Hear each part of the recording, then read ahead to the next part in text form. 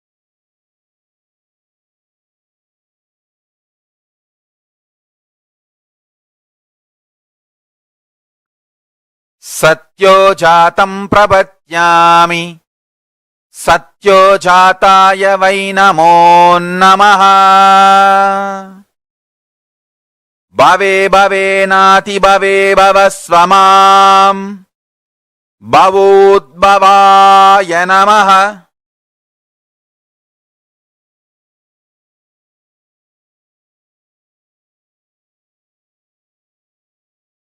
Madevaya namo Jyeshtaya nama. Sreshtaya namo Rudraya nama. Kalaya nama. Kalavigaranaya namo Balaya namo. Balavigaranaya namo Balapramadhanaya nama. Sarvabhutadamanaya namo Manonmanaya namaha.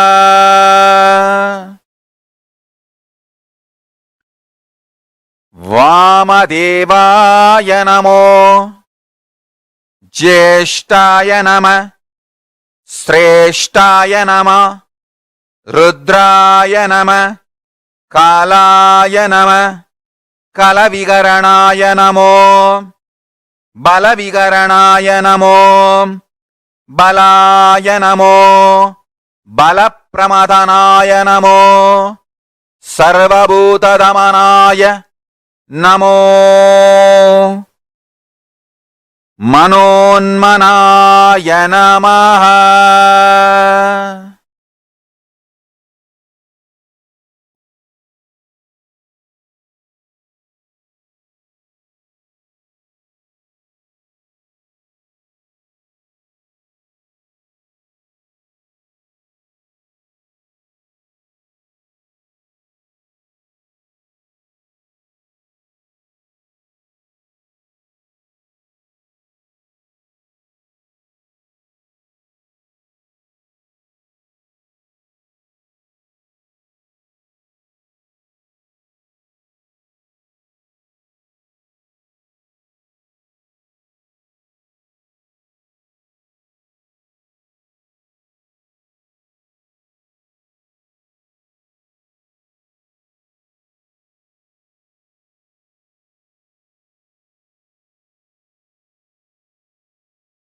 Om Nithyananda Paramashivoham. Vamadevaya namo Jyeshtaya nama. Sreshtaya nama. Rudraya nama. Kalaya nama. Kalavigaranaya namo Balaya namo. Balavigaranaya namo Balapramadhanaya nama. Sarvabhutadamanaya namo Manonmanaya namaha.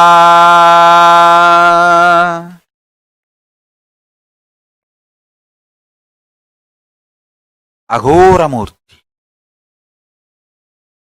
Agorebhyo tagorebhyo gora gora darebhyaha. Sarvebhyo sarva sarvebhyo namaste astu rudrarubebhyaha.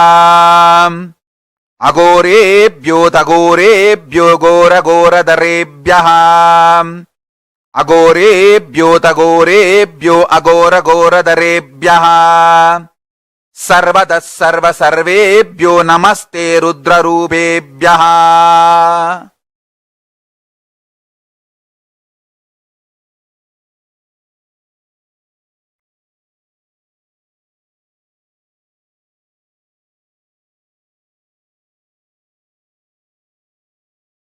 Om. Om. Om.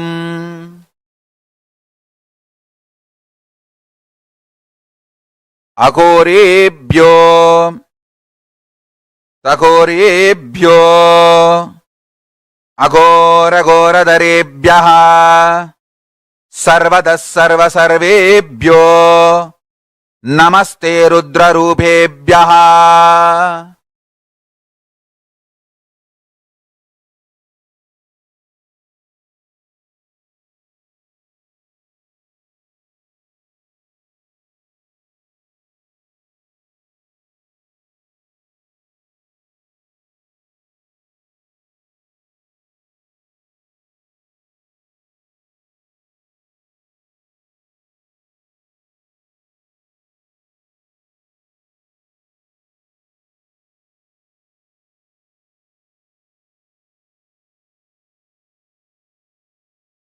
अघोरेभ्यो तघोरेभ्यो अघोरघोरधरेभ्यः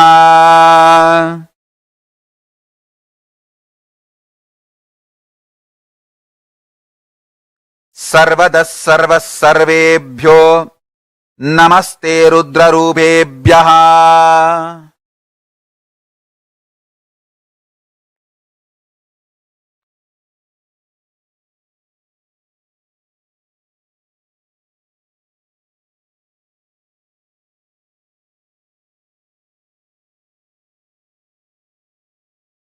तत्पुरुषाय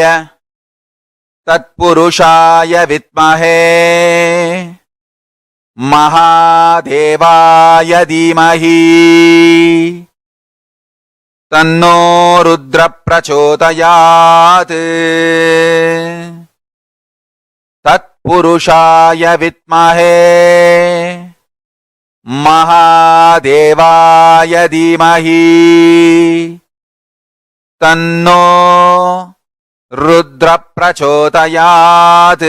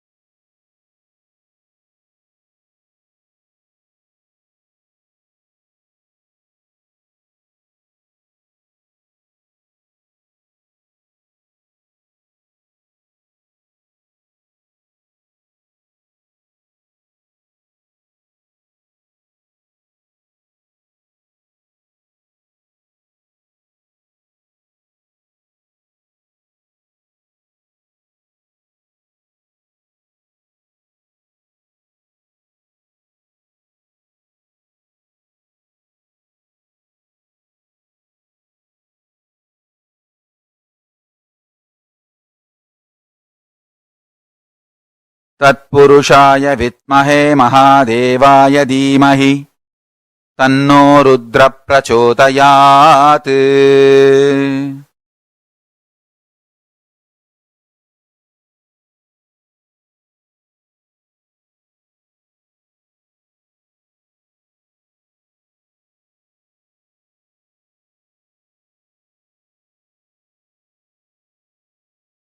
பூஜை வேண்டும் என்னாலும் அது மறைவேதம் சொன்ன சொல்லாகும்.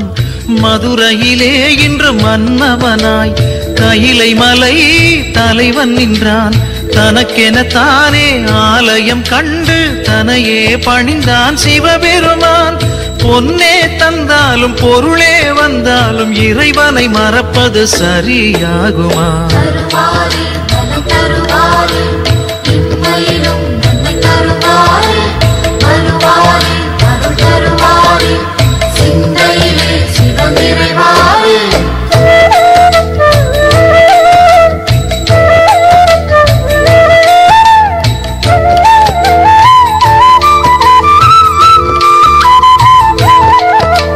நடுவூரில் நின்ற ஒரு தெய்வம், அது நலம் வாழ வைக்கும் சிவரூபம். இம்மையிலும் நன்மை தரும் தெய்வம், அது தென் மதுரை நின்ற குல தெய்வம். சிவமயமே என் அருகினிலே மன ஈசானः சர்வவித்யானாம் ஈஸ்வரः சர்வபூதானாம் ब्रह्माधिपति ब्रह्मणोऽधिपति ब्रह्मा शिवो मे अस्तु सदा शिवोम्। ईशानः सर्वविद्यानाम् ईश्वरः सर्वभूतानां ब्रह्माधिपति ब्रह्मणोऽधिपति ब्रह्मा शिवो मे अस्तु स एव सदा शिव ओम् सदा शिव ओम्। Sadashivoham.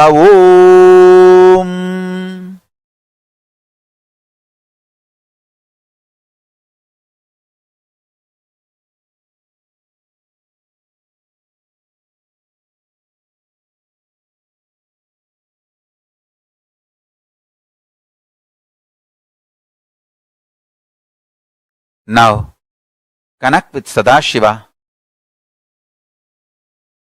Satyo jatam prabhatyami satyo jataya vai namo namaha.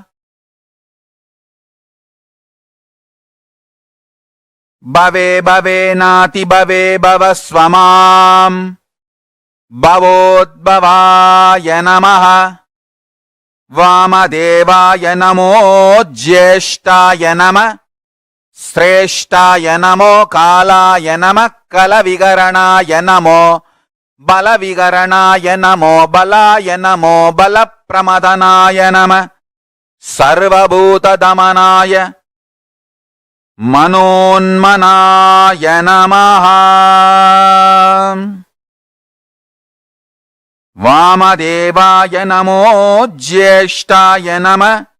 Sreshtaya namo rudraya nama kalaya nama kalavigaranaya namo balavigaranaya namo balaya namo balapramadhanaya nama sarvabhuta damanaya namo manonmanaya namaha.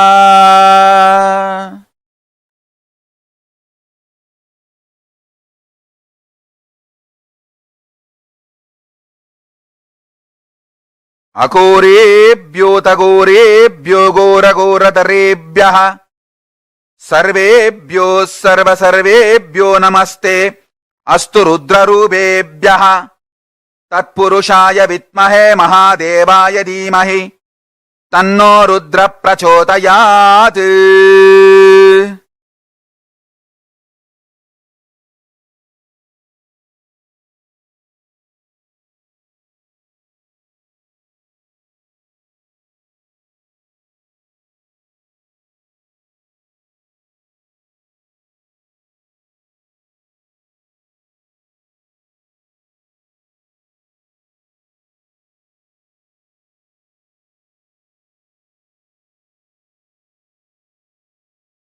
Tatpurushaya vitmahe mahadevaya dhimahi tanno rudra prachodayat.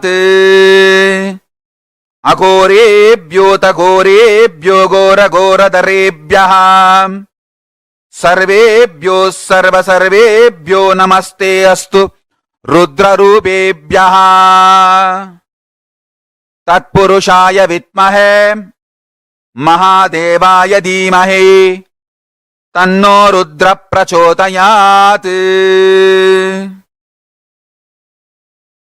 Ishanas sarva vidyanam Ishvaras sarva bhutanam Brahmadipati Brahmanotipatir Brahma Shivo me astu Sada Shivom.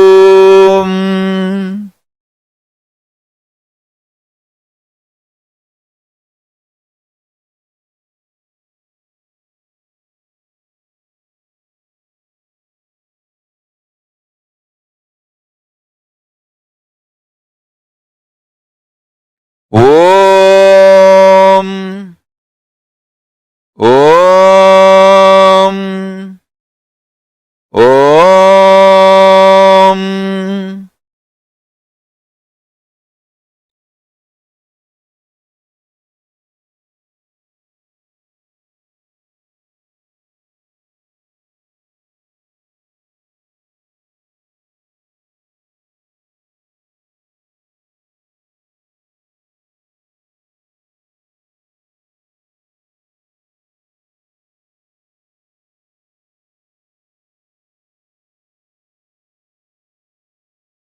Om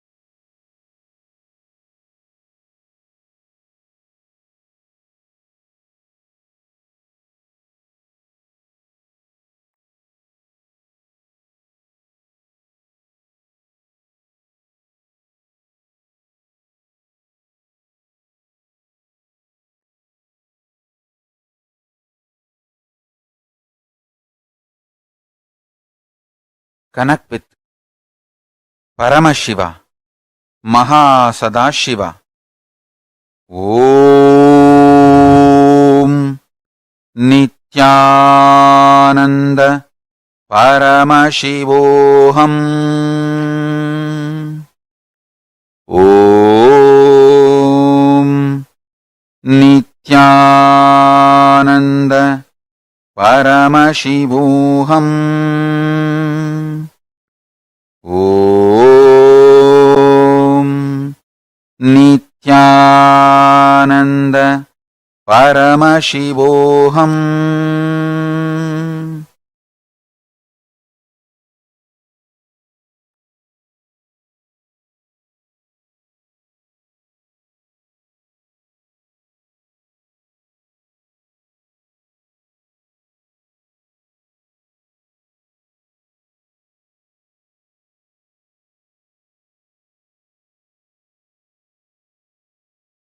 शृणुत ब्राह्मणाः सर्वे गुह्याद्गुह्यतरं परम्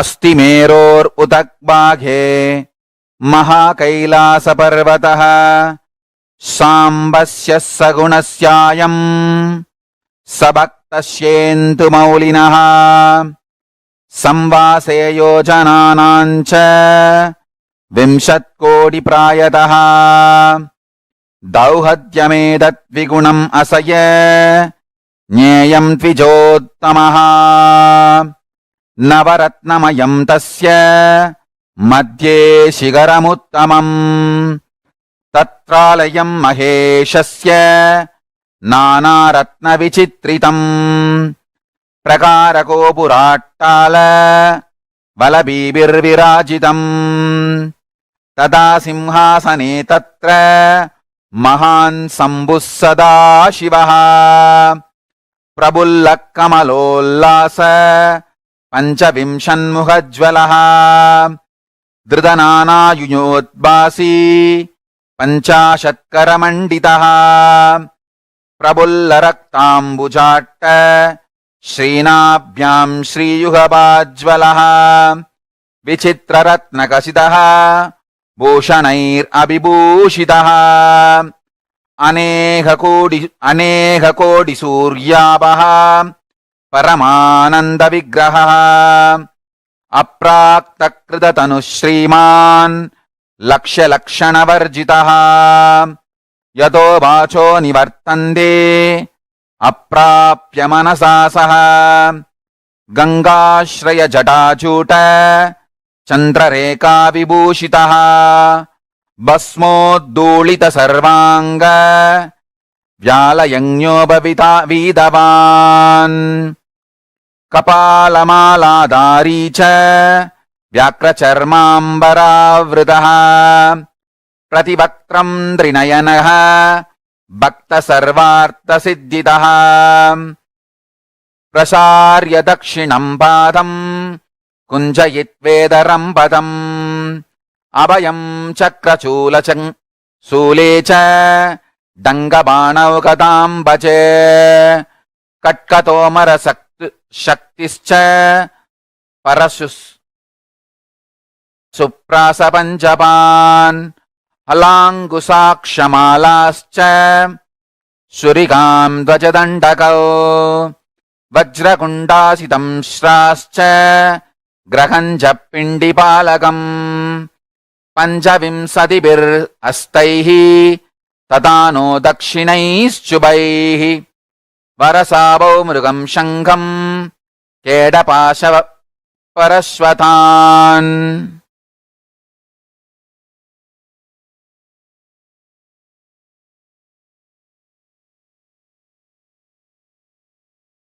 मुत्करम् डमरुम् गण्डाम् रुद्रवीणाम् च पुस्तकम् कपालमुण्डकट्वाङ्ग कुशुण्डीपरिधानभिः बालम् भट्टसंवेत्रम् कमण्डलूहुदासनौ कर्तरीम् मुसलम् पिच्छम् पिप्रत्वामैस्तथा करैः महान् सदाशिवस्योऽयं राजते तत्र पर्वते।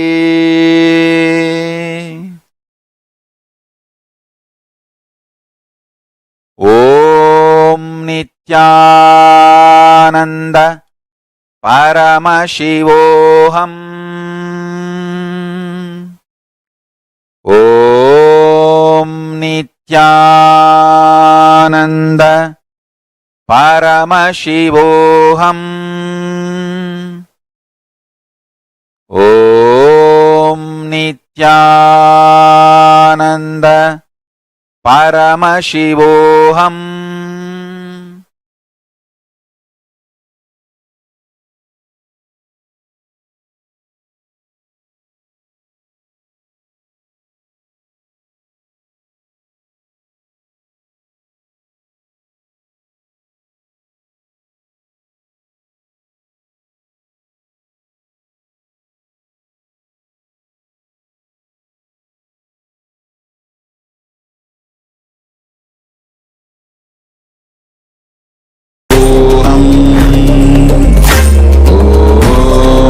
नित्यानन्द परमशिवोऽहम्।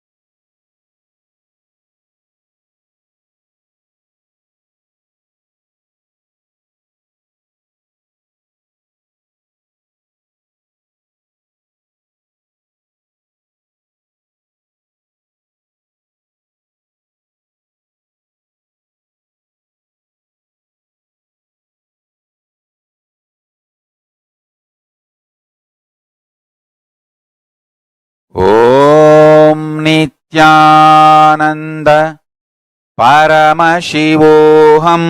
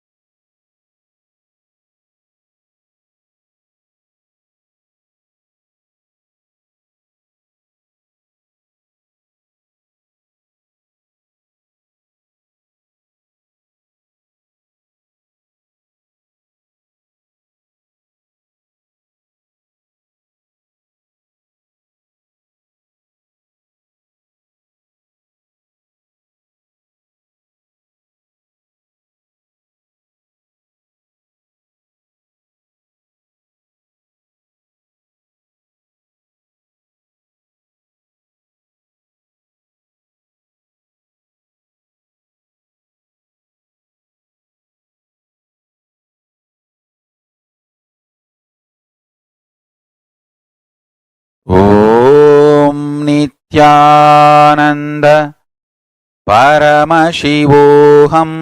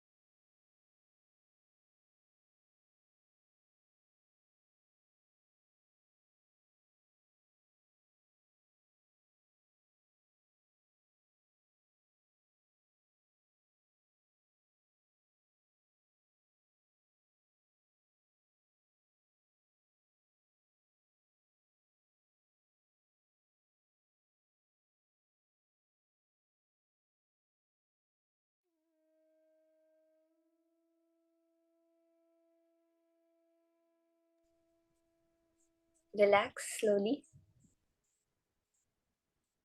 After that beautiful meditation with Swamiji,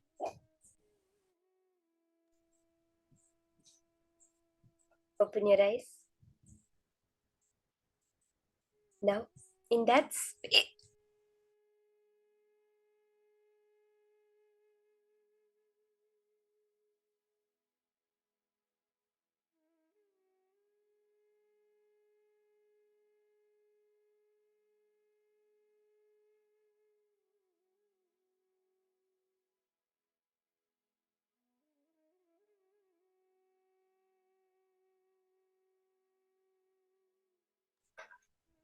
in that same space of Sadashiva, all the beautiful meditation we did with Swamiji's own voice, chanting each and every deity's mantra, their dhyanams.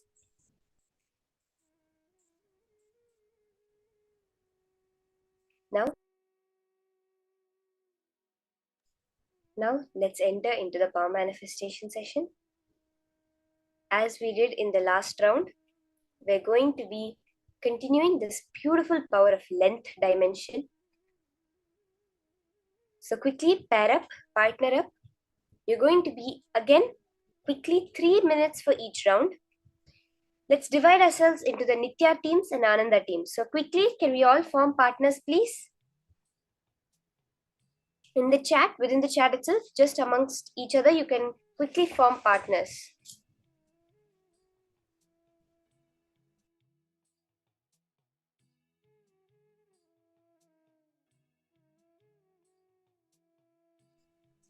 Yes, Marita, Mamina, Ma Naumani, Ma Chetana, Madonna, all of you can quickly partner up for this round of manifestation. Just partner with someone else who's there within your room. You're going to be giving again maths questions. Choose. Okay, now there is going to be one person who's going to be part of the Nitya team, one person part of the Ananda team. Yes, Ma, Sonia. Just partner up quickly. Okay, Ma Chetana and Ma Donna have partnered up. Just, you can form partner. Choose one who's going to go first and one who's going to go second. Divide yourselves as the Nityas and the Anandas.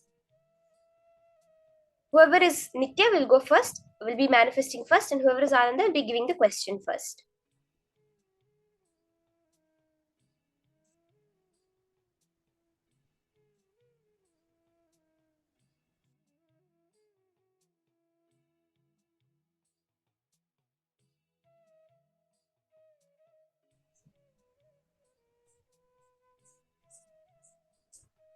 Ma Maluhia.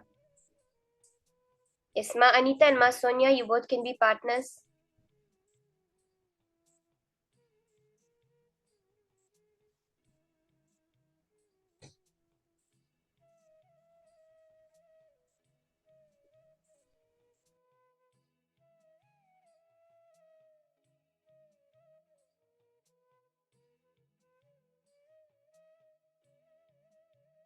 Let's start. Okay, let's now start the manifestation. Give each other maths questions. We're starting 3 minutes now, the first round. You can give your partner a mathematical question. Any complicated math sums, it can be like random numbers. It's very easy to come up with these numbers. So let's do it very fast. And before the logic has the time to kick in, within that 3 minutes, let's find the answers through our third eye. Okay? See, Swamiji's energy is there with us very powerfully now. After that process, we are literally manifesting Sadashiva himself. So let's start. 3 minutes starts now. First round starts. Everyone starts scanning, connecting. Get whatever appears in your third eye. See very clearly, when you look into your third eye, when you put your awareness there, when you remember Swamiji, the words will just appear very clearly. You'll be able to see the numbers. You'll be able to feel with such conviction. Sometimes you'll hear the numbers, even though nobody says something. In your ears, you'll hear it. In many ways like this, if you have the Krishna Shila in the morning, we requested all those who have the Krishna Shila, within that Krishna Shila, within your alchemy product also, you will be able to see the numbers appearing. So you can scan. There's just a couple of minutes left. 1 minute is over. We have 2 more minutes to continue scanning.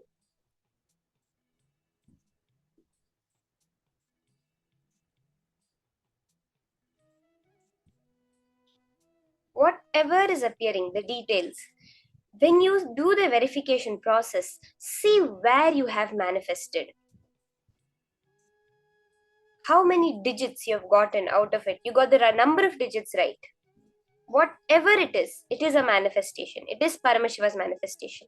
Because if you actually see the probability of you getting it, it's very low.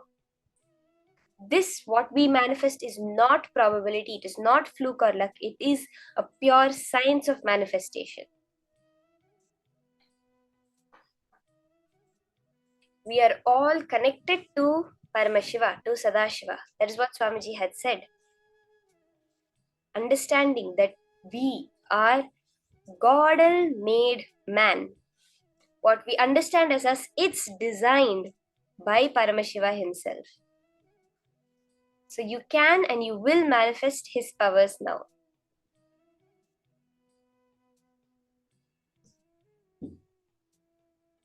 Less than a minute left.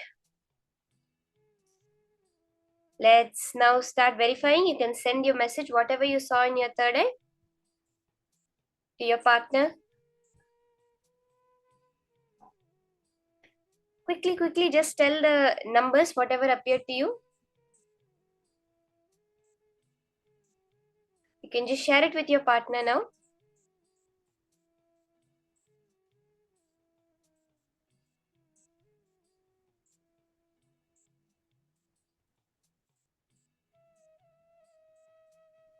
Ma Anandapriye, Ma. All of you also continue manifesting. Quickly share with your partners.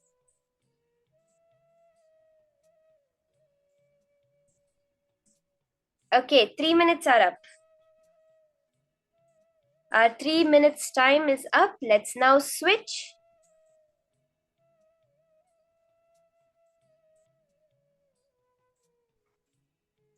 Now you're going to give a question to your partner. It's the next round. Now all the Nityas will give the question to the Anandas. Let's start. 3 minutes again, starting now.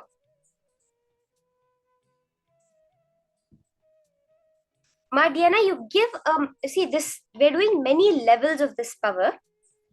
For this round, we are doing it just as multiplication, addition, mathematical sums. Okay? So very clearly understand this first level of power manifestation that we're doing it as mathematical sums, where you can give a random number multiplied by another random number and your partner is going to be scanning that answer. You go to calculator and you verify the answer. Okay?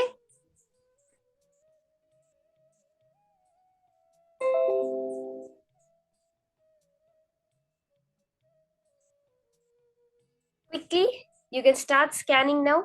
It's a very simple process. The minute the round starts, you have your question, take the question, drop it in your inner space and look into your third eye. Connect to Paramashiva.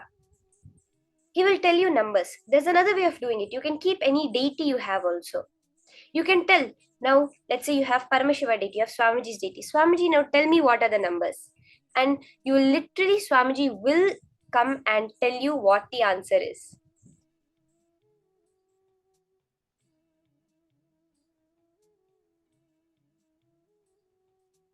Very nice, okay. Just within the 3 minutes, whatever is appearing, if you find it easier for you, you can also have a pencil and a paper where you can quickly note down and then take your time typing it down. Or else keep the chat open and as you see it, just type it down. If you're seeing 7 is coming up, press 7. If you see 2 is coming up, press 2. Just as it is appearing, just press it and press enter once you're done.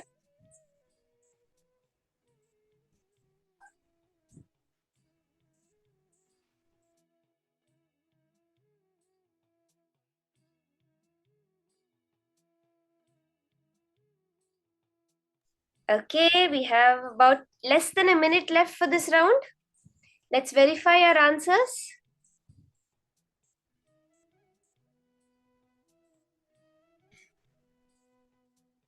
Quickly, let's verify. What is it you saw through your third eye? Post it, let your partner verify. You can also take a few seconds and verify it on your calculator, whatever the question was.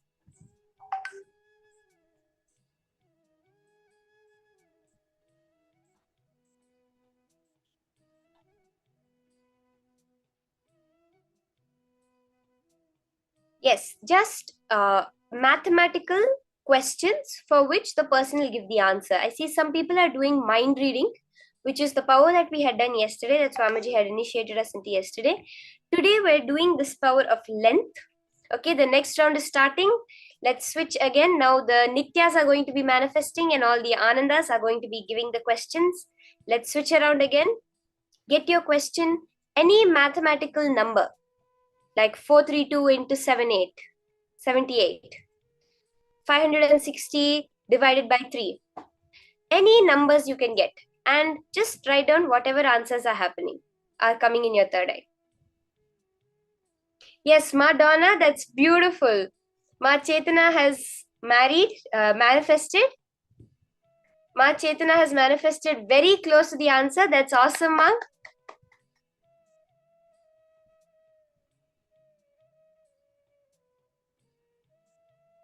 Every time you see the manifestation happen, the number of digits, the numbers you get right, just celebrate it and move on. The next round is starting. Now, another 3 minutes. Let's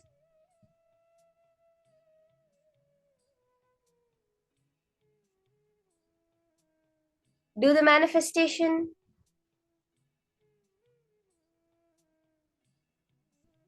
Maren, Marini, R-E-N-E, I'm not sure how to pronounce it. Maren, it's not a guess, it's a manifestation. You're going to be seeing the answer exactly it is. We're not guessing the answers. See, be very clear when you're doing the manifestation. There is no fluke, there is no luck, there is no guessing that you're doing. It is Paramashiva showing you the answer as it is in the cosmos. Remember that. It's only Paramashiva's manifestation. Yes, see the answer. That's the exact way. When we are doing the manifestation, let's remember, I'm not guessing it. I'm not asking for the answer. I'm just seeing the answer as it is in the cosmos. Paramashiva is showing me that answer.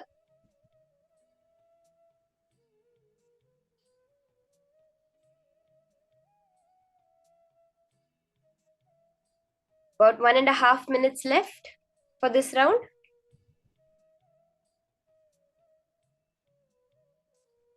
When we do it fast like this, now you'll see your mind does not have the time to come in and give you any ideas about your manifestation. Am I doing it right? Am I doing it wrong? Oh my God, it's not happening for me. Don't give time for your mind to give you any ideas like this. Just go on, manifest again, manifest again, manifest again. One point that break will happen and it'll just become a science of manifestation for you.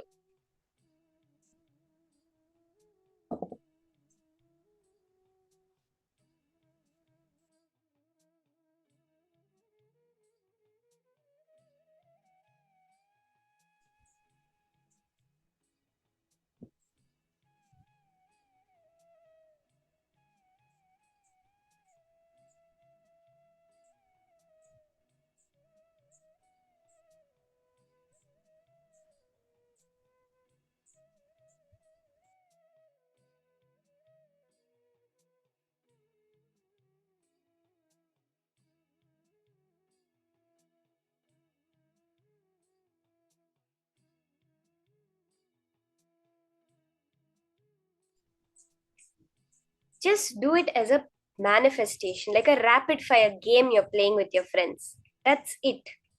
Let that, when you're in that space of joy, when you're not holding yourself tightly, trying to hold some identity, some idea that you want to project about yourself, when you just drop that in the fun, in the play, in the speed of your manifestation, that second Paramashiva will manifest. Okay, 3 minutes are over. Let's verify. You can send your answers in the chat. You can also just type it in your own calculator, verify your answers, and post if you have gotten it right. Let's start the next round. Another 3 minutes starts now. You can switch your partner, switch the other person manifesting now. Send a question. Now it's the Ananda's turn to manifest.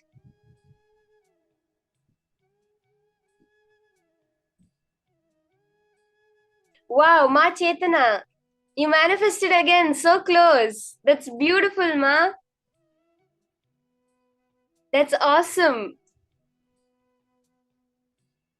Looks like you're clicking with this power a lot, Ma. Let's do it more and more. Very soon you'll see.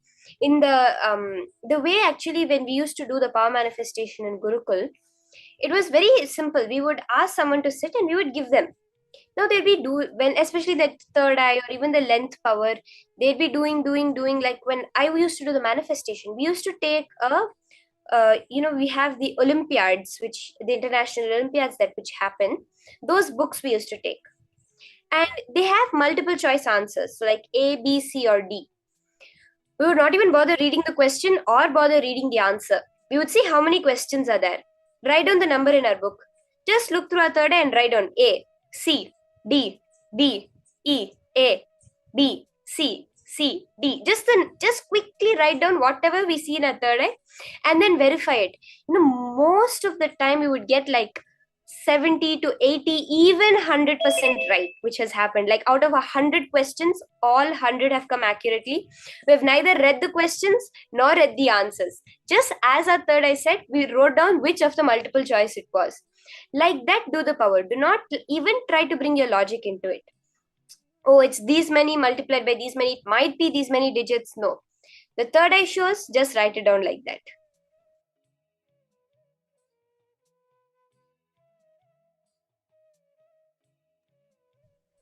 You would have heard of Srinivasa Ramanujam, who was a very great mathematician. He's known as the man who knew infinity. He very clearly says he has not done anything. He actually was kicked out of an accounting job because of his poor mathematics. His basics in mathematics were so poor that he was kicked out of an accounting job.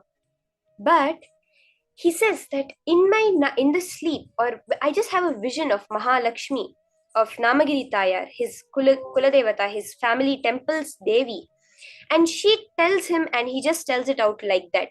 He just, whatever comes to him, he just tells it out exactly like that. Even when you're doing the manifestation, what your logic tells you has no place over here. Just look through your third eye and put it down immediately.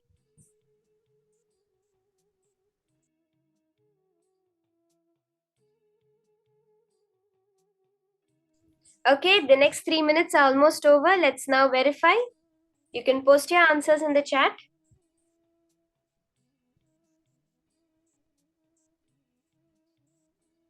Quickly verify this round. You can also just answer yourself on the calculator quickly.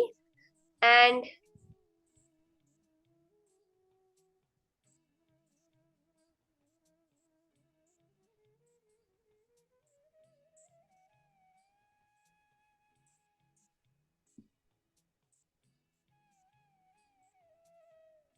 let's switch around again. Now get your next question from your partner. Now the Nityas are manifesting. Let the Anandas give the question. We just have one more round after this. So let's quickly do it. Let's give that gap between our thoughts for Paramashiva to manifest within us. No guessing. No guessing, only manifesting. Even in your words, do not use the words like guess, I think it may be this, is it this? No. Paramashiva has shown this to me, it will be right. You are seeing the truth as it is. When you ask someone, can you verify if this number is right? And you give them a number, then what are they going to do? They're going to open and they're going to read it. They're not going to guess it. The same way, now your Paramashiva is showing you the number, you're not guessing it. You're just reading it out as it is shown to you by the cosmos.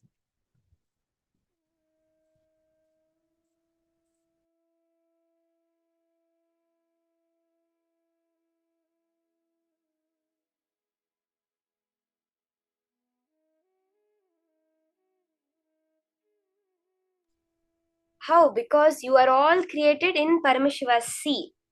You are all there within his manifestation. So when you're getting that answer, it is only Paramashiva who's telling you that answer.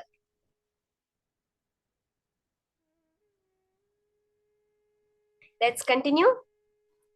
After this, we'll just be having one last round. So let's now open ourselves up completely for Paramashiva to manifest. Don't hold anything back.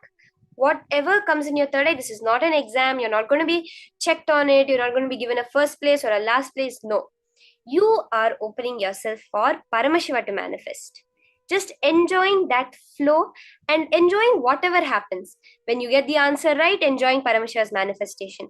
If the answer seems to be not right, also enjoying Paramashiva's manifestation as that. Okay?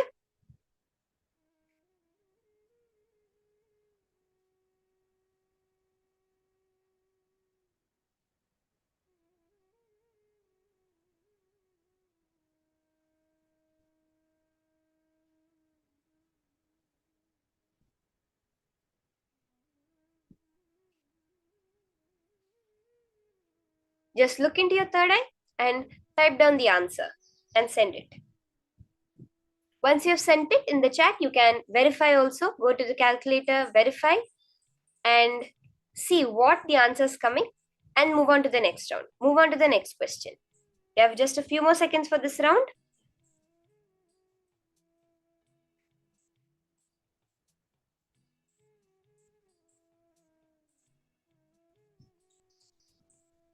As you're doing, you can chant the Mahavakya, you can do unclutching, whatever is clicking, you can remember the beautiful meditation, that space.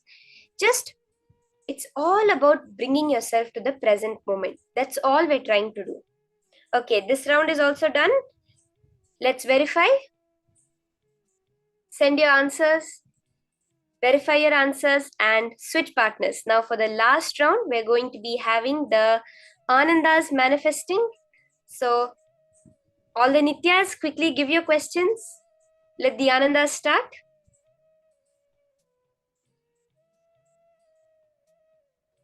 We're doing it very fast so that we do not have any time for the mind. That's what is constantly jumping between the past and the future. We want only the present moment. So when something is just startling us, or when we have a wow moment, a click, a powerful cognition, that's the moment we fall in the present. Now when we're doing it like this, we're just working towards that few seconds of being in the present moment without thoughts, where Paramashiva is allowing to manifest within us.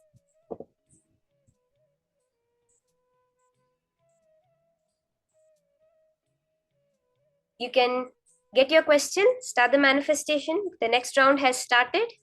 30 seconds are already over.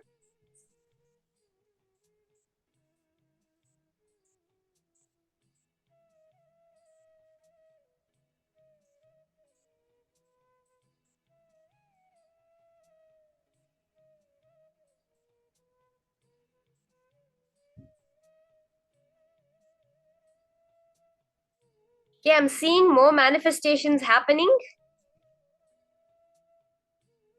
That's so wonderful. I think Ma Diana had manifested. I can't catch, the messages are running so fast. So beautiful. The more you do it, the more the manifestation has to happen. You know, in Satsang, Swamiji says, what's the solution? Someone asks, what's the solution for not manifesting? What technique can I do if I'm not manifesting powers? Swamiji says very clearly, the only solution for not manifesting powers is to manifest more, to work towards manifesting powers more. So if you feel, no, my power manifestation is not happening, what do you have to do? Sit and do more manifestation. That's all. Because this is Paramashiva flowing through you. It is not some work that you are doing, that you have to work for, that you have to try to do. No. It is He who is coming. All you're doing is relaxing. That's all.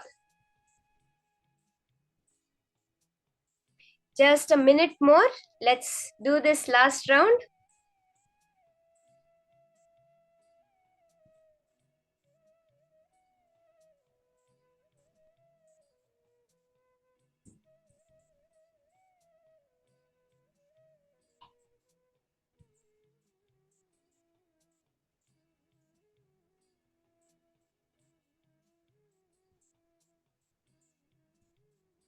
Yes, Ma Rain, you also manifested.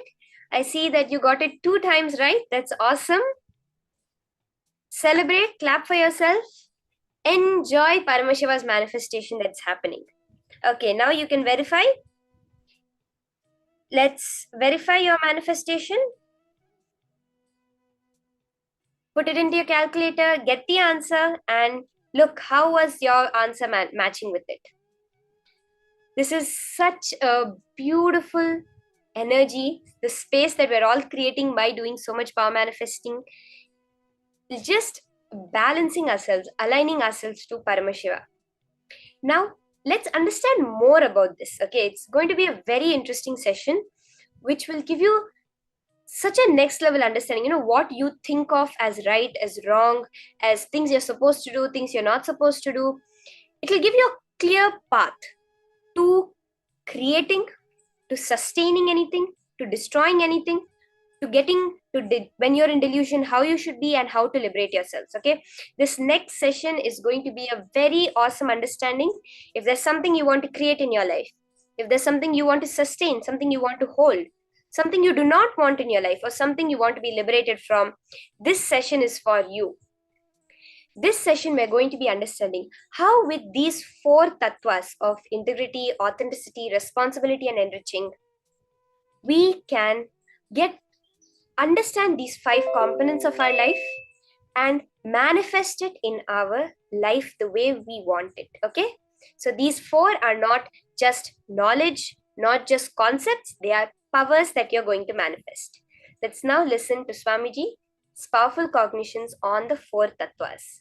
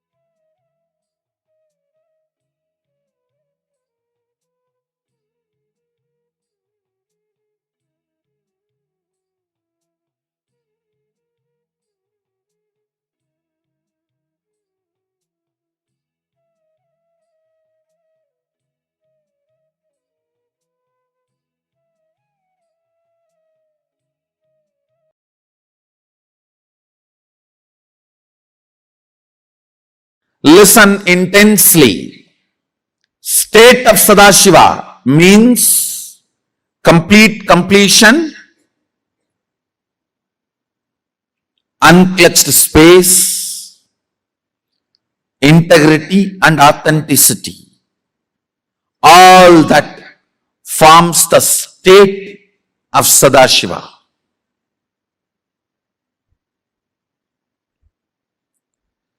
When I say space of Sadashiva, Ishwaratva, manifesting,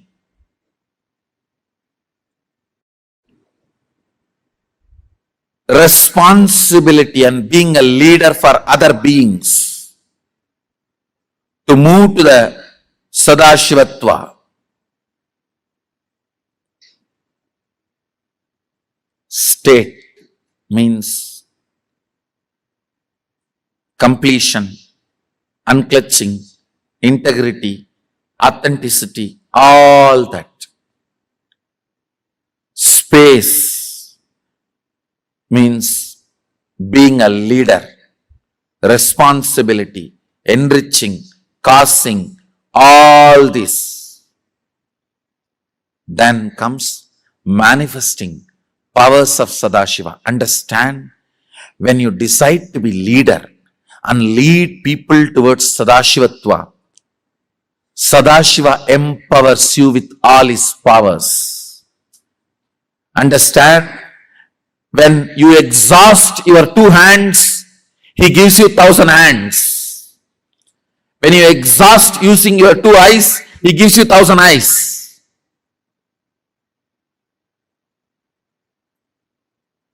When you have put everything to use, then he gives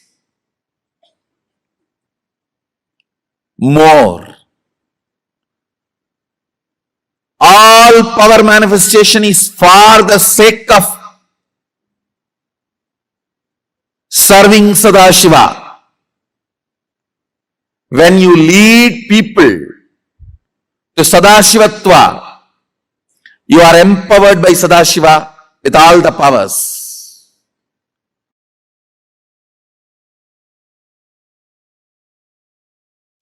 The manifest and unmanifest components of Sadashiva is part of you. The manifest is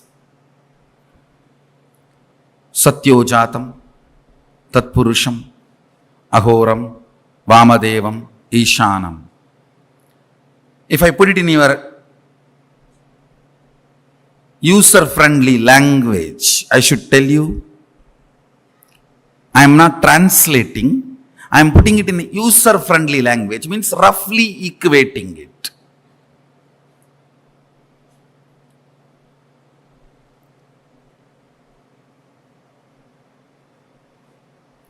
Tatpurusha, Ahora, Vamadeva,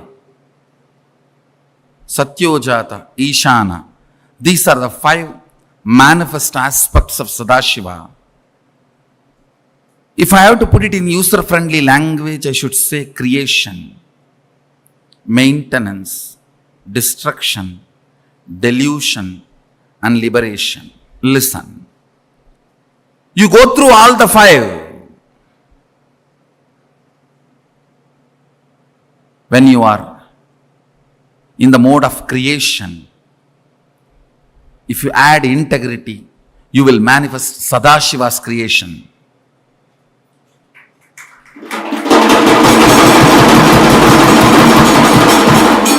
Listen. When you are in the mode of creation, add integrity to you, you will manifest Sadashiva. Let me repeat. When you are in the creation mode, add integrity to it. You may ask, what is creation mode? When you feel like doing something active. It can be your office work. It can be manifesting wealth. It can be doing something for name and fame, including career activities, or it can be physically creating something, art, painting, drawing, even sexual desires, activities. All these belong to creation. When you are in the creation mode, bring integrity to you, you will manifest Sadashiva. Your creativity plus integrity is Sadashiva's creation energy. Satyojata. Only from Satya, anything can be born. Jata means born. Satyojata means born out of integrity. Anything which is born out of integrity only will stand forever. So the creation phase of Sadashiva is Satyojata in all your creativity. Maintenance, sustenance. Bring authenticity to your sustenance. Listen. Anything which loses authenticity starts collapsing, and it needs to collapse. The earlier it collapses, good for the humanity. Understand? Anything which loses its authenticity, it is time for it to vacate the planet Earth, the existence. Anything which retains its authenticity continues to exist forever. Anything, if you want it to be alive, just retain its authenticity. Everything else will be taken care. When I was attacked, the only thing I decided, I will keep the authenticity of me and my Sangha. That's it. It cannot be destroyed. Authenticity. In all your sustenance, bring authenticity. In all your sustenance, bring authenticity.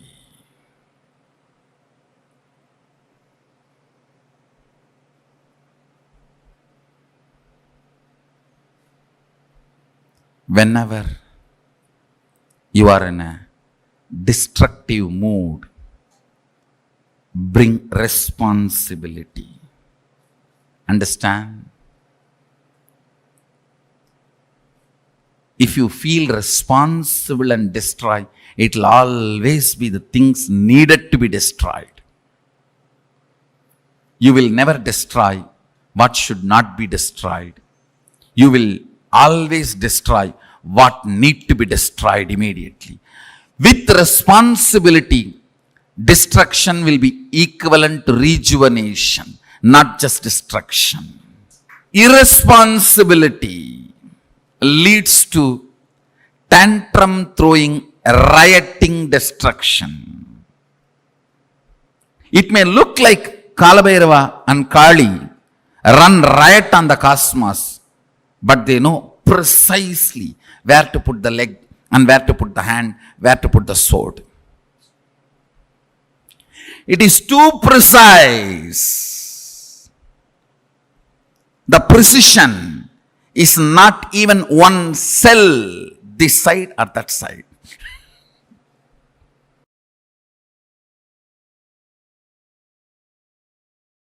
I will expand on the fundamental principle, first principle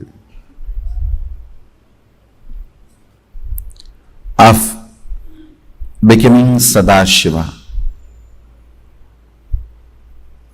Understand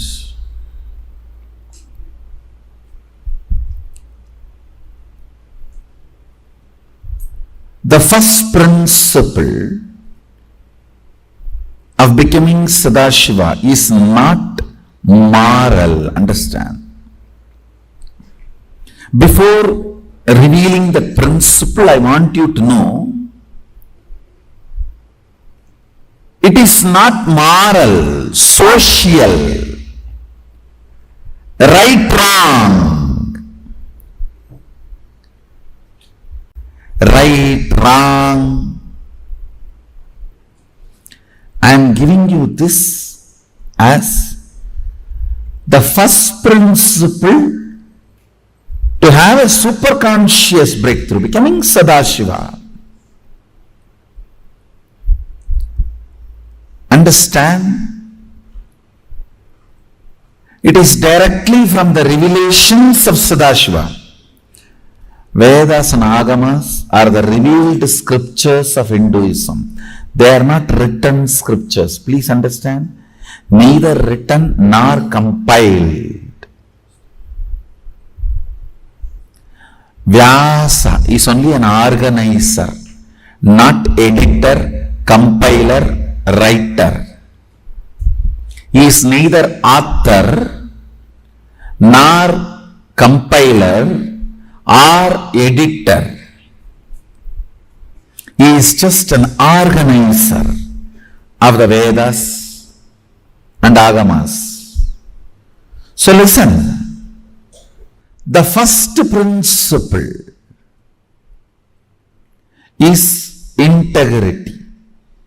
It needs to be understood. The first level of integrity only is the thought current you are cherishing with you and others, treating it as life. It's only a first level of integrity. Understand?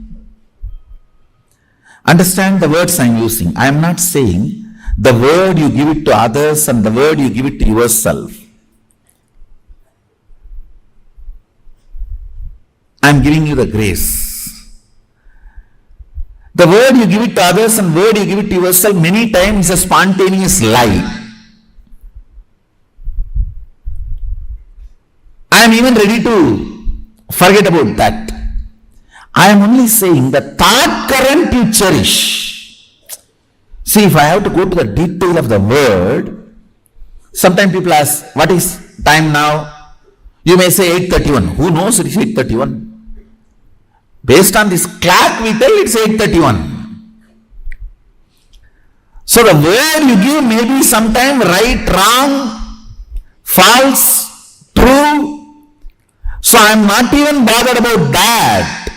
The thought current you cherish, I need to tell the time after verifying with all my abilities. So that is the thought current. Understand? My intention to tell the time is right. I am not interested in lying. I want to tell the right time to him. But whatever research I can do with my intelligence and with the available infrastructure, with that I will do it and tell. This is thought current. All of you understand the difference between thought current and a word.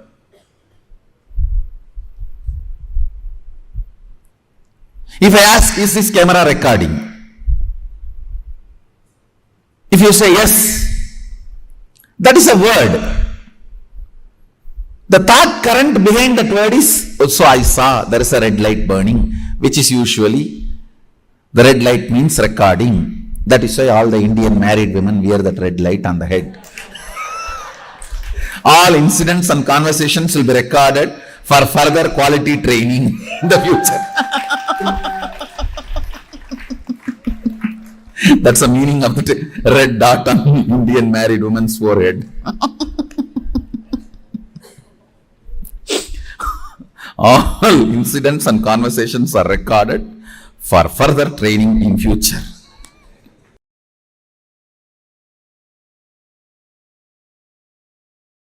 I'll define authenticity. Listen carefully.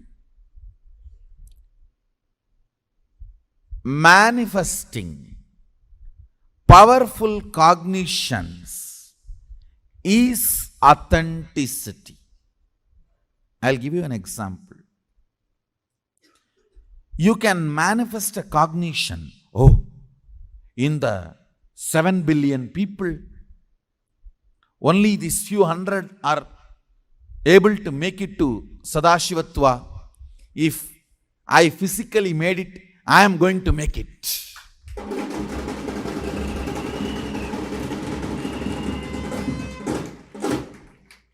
You can manifest this powerful cognition. If I physically make it, I am going to make it. Or you can say, I am not even able to come to morning yoga 3 minutes late. I am not even able to come to this integrity. How will I manifest powers? You can manifest that cognition also. Manifesting powerless cognitions is inauthenticity. Manifesting constantly powerful cognitions is authenticity.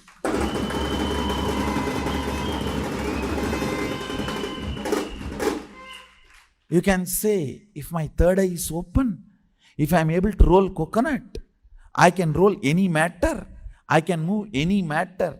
Means my third eye is open. How did it get open? By connecting it to the universal third eye of Sadashiva. If I am connected to universal third eye of Sadashiva, then this whole universe, the whole matter is under me. From where you are, you can either go on making powerful chain, powerful links, and manifest powerful cognitions, or go on making weak links, weak chain and powerless cognitions. Human being is a possibility to travel in both directions. if you are going to go on manifesting powerless cognitions every day, you practice inauthenticity. If you go on manifesting powerful cognitions every day, you manifest authenticity. That's all. Authenticity redefined. Understand? Practicing authenticity means manifesting powerful cognitions. Matter is moving just by the power, means I am connected to cosmic third eye.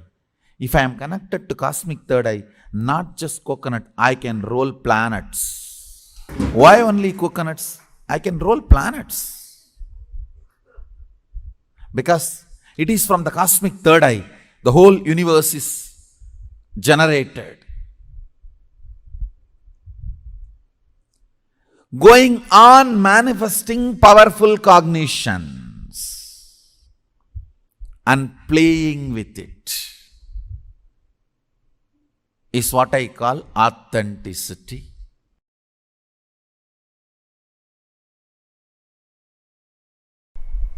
Fundamentally, the purpose of the life, not just human life, is to manifest Pindanda to Brahmanda, macrocosm to microcosm, one cell amoeba to Mahasadashiva. See, whichever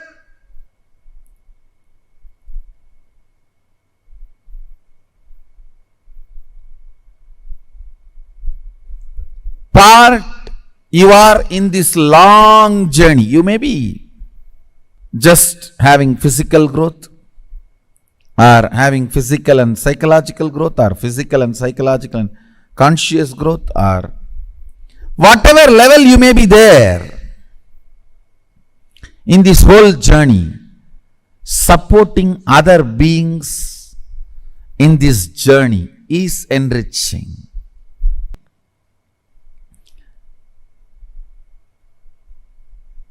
Wherever you are in this long journey, helping others, enriching others is a spiritual practice. Causing others reality is a spiritual practice. Even in life, whether you want more energy in the body, health, more resources in your life, wealth, more beings to live together for your love, to share your love, give and receive, relationships. Fundamental principle is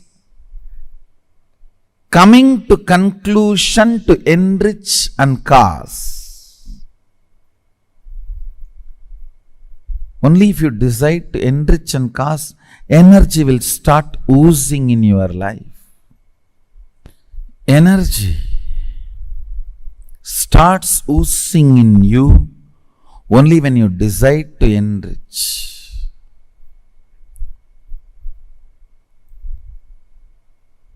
It expresses as health, it expresses as love, relationships, it expresses as resource in the life, like wealth.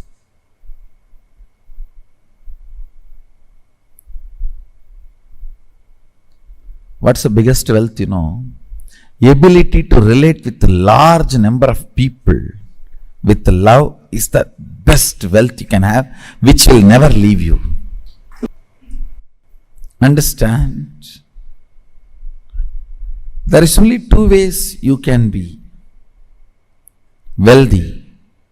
The organic way of wealthy is ability to relate with multiple people with energy. I am very simple, straightforward villager. You are a being for me, not number. So I'll attend to each one of you and cause your reality. That's all. I'll be Sadashiva for each one of you. You don't need to come to me because I was Sadashiva for somebody else.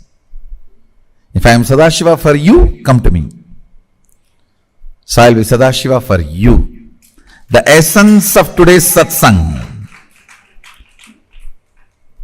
Essence of today's satsang is I'll be Sadashiva for you.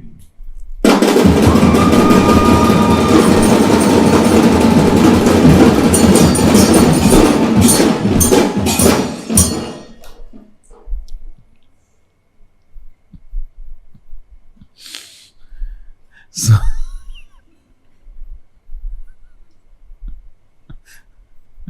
I bless you all. Let's all radiate with integrity, authenticity, responsibility, enriching, causing, living Shuddhatvaita Saivam, Sadashivoham, the eternal bliss, Nithyananda. Thank you. Be blissful.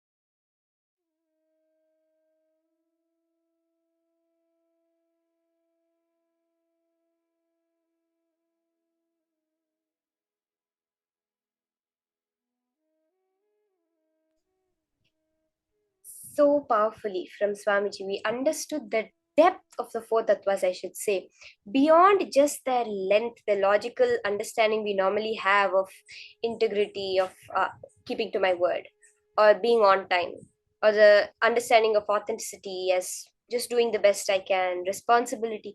Everything, Swamiji took us to the depth of the understanding, like really what it means, and how Using these, we manifest Sadashiva. They're not some moral thing. They're not just something to make you do well in life. They are for you to manifest Sadashiva himself, to manifest Paramashiva himself. How many of you really understood that? That every act in life has to be aligned to that goal. That's the next level understanding of integrity, actually. That when we understand that integrity is not just the time, it's not just our word that we give to ourselves and others, it is being true to who we have committed ourselves to be. If you say, I want to be Paramashiva, aligning every part of your life towards that, aligning every word you speak towards that. As Swamiji said, that first principle that you have to have a superconscious breakthrough is integrity. When you want to become Sadashiva, what's the first thing you need to do? Get integrated. The thought current that you cherish about yourselves and others, cherishing that as your life. What does this exactly mean? Swamiji gives the example. If an elephant eats leaves, he is being integrated. If a lion eats meat, he is being integrated. Why? Because they're doing what they are known for. What is the thought current they cherish about themselves and others? You can understand it like this. They are doing that. But if an elephant starts to eat meat, then it is non-integrity. When you understand it like this, now when you are cherishing a thought current that with you and others, you're cherishing everyone in this world is Paramashiva and I am Paramashiva. Integrity means treating that as your life, your very life being, that yes, I am Paramashiva and everyone around me is Paramashiva.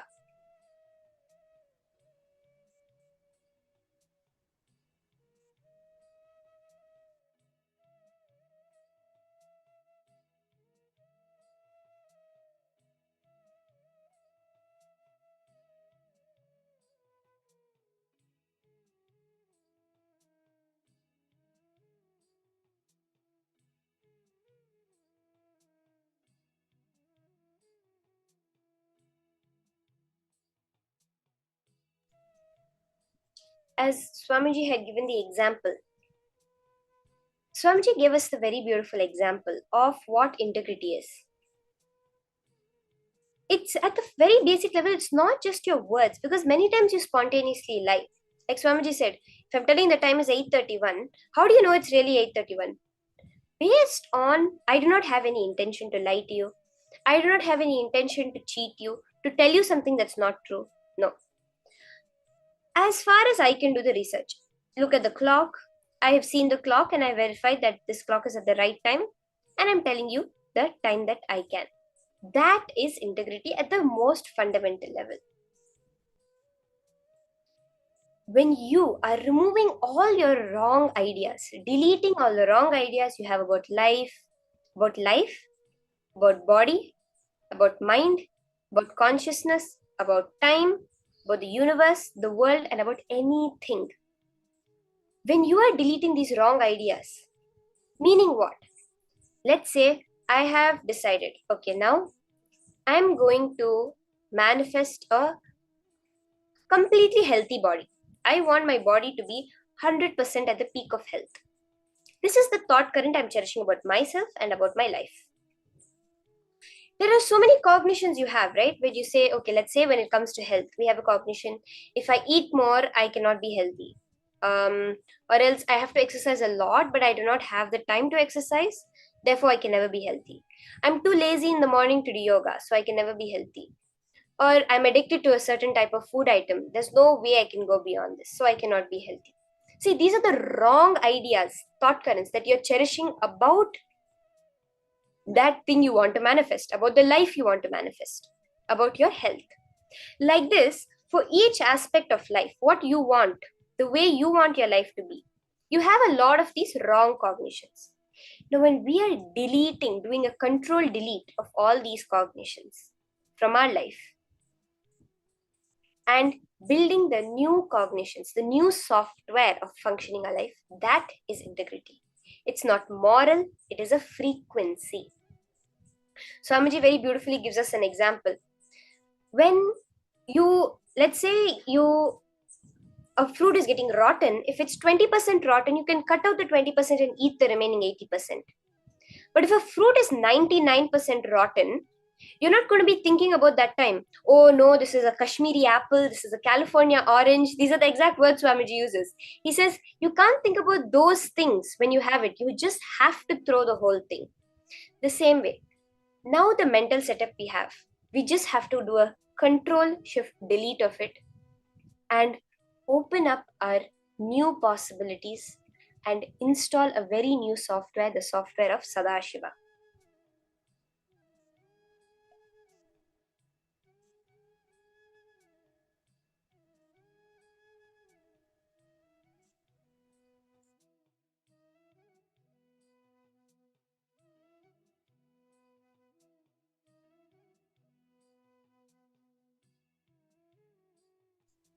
Now, for this power of integrity,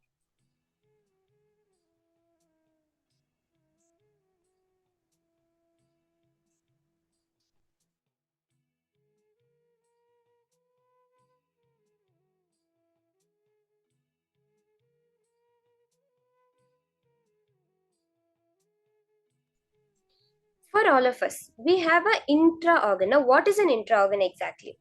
We understand internal organs. You have your heart, kidney, liver, esophagus, your eyes, your external organs, you have internal organs. Like this, you understand what internal organs are.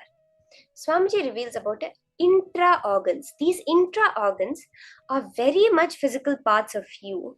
They are a part of you, but they're not physical. Like, we cannot understand them as another organ. They are at a more subtle level, but they are there in every being. So there is one intra-organ called Vak. We understand about the intra-organ called the third eye. We have the pineal gland, and the pineal gland, which is the organ in our body, gets calcified when we take fluoride. Now this intra-organ that we call Vak gets calcified by all the lies that you have uttered since you started your life. Meaning what? Not just your regular lies, lies which you have told knowingly, lies which you have told unknowingly, spontaneous lies, all of these considered as the lies that you have told. Now, two things are there for getting into integrity. So now have you understood why integrity is important? Can you all just post, why do you think integrity is important? Take a few minutes and post, why really do you think integrity is necessary? Ma Christina, Ma, did you listen? Ma Christina channel Serato? Ma, were you listening to the session? Can you post now, why do you think integrity is important?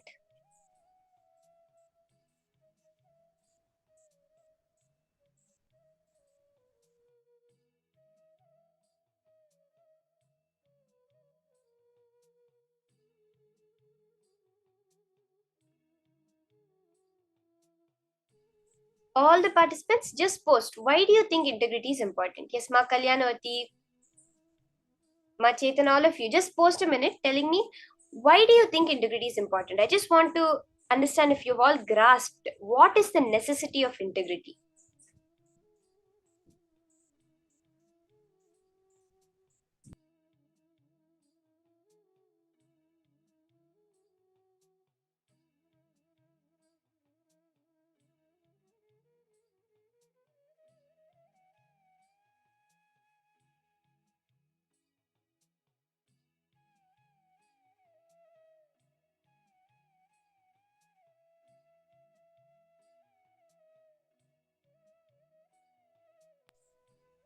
Okay, someone named iPhone has said it's like water to our spiritual growth. Okay. More details. What do you understand? Why is it so necessary for our spiritual growth? Even then, how does it? What's the exact science behind it that Swamiji had explained? Ma Sonia, Ma, what do you understand? Why do you need integrity?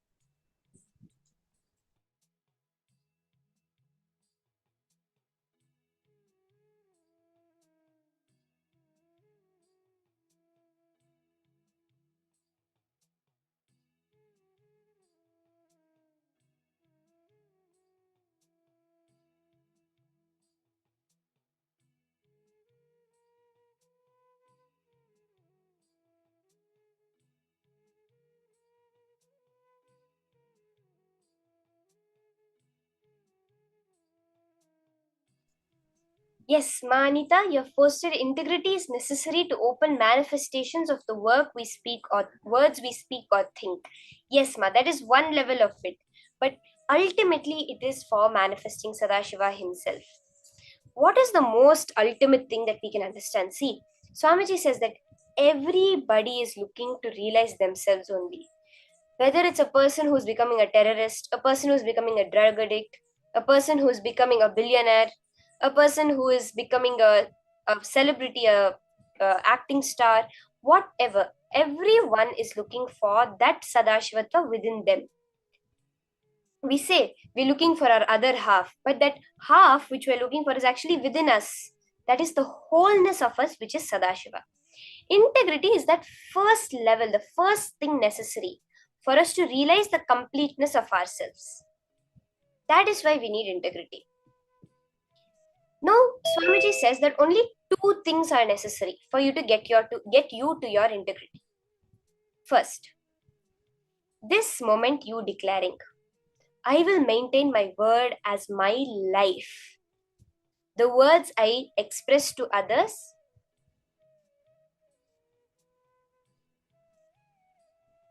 or words I cherish inside, those I will treat as my life. This is for the future.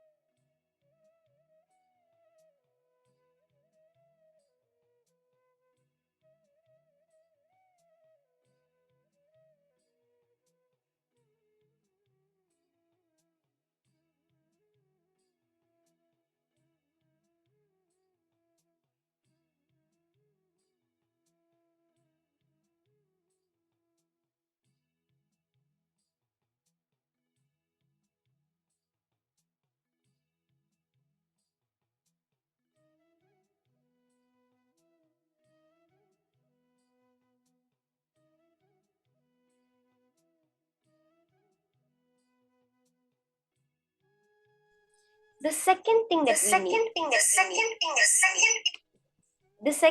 that you need to get into integrity is the past that we have done. The past decalcification needs to be cleaned. So there's two things. The future, which is you now declare that hereafter you will no longer entertain your past.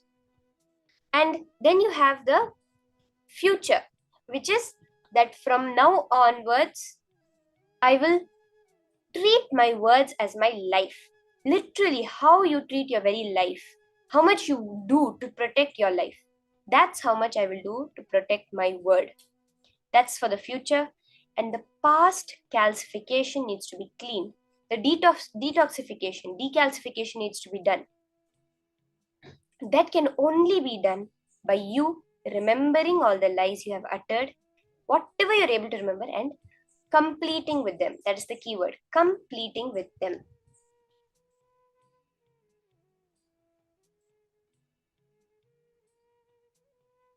Now, that's the process we're going to be doing, okay? Very important process. Why? You want to manifest your reality. You want the world to work as you want it to work at the very basic level. So that's what we're going to be doing now. decalcifying this bark, this intra organ called the bark within our throat, that is completely now covered up, not able to manifest due to the lies we have uttered.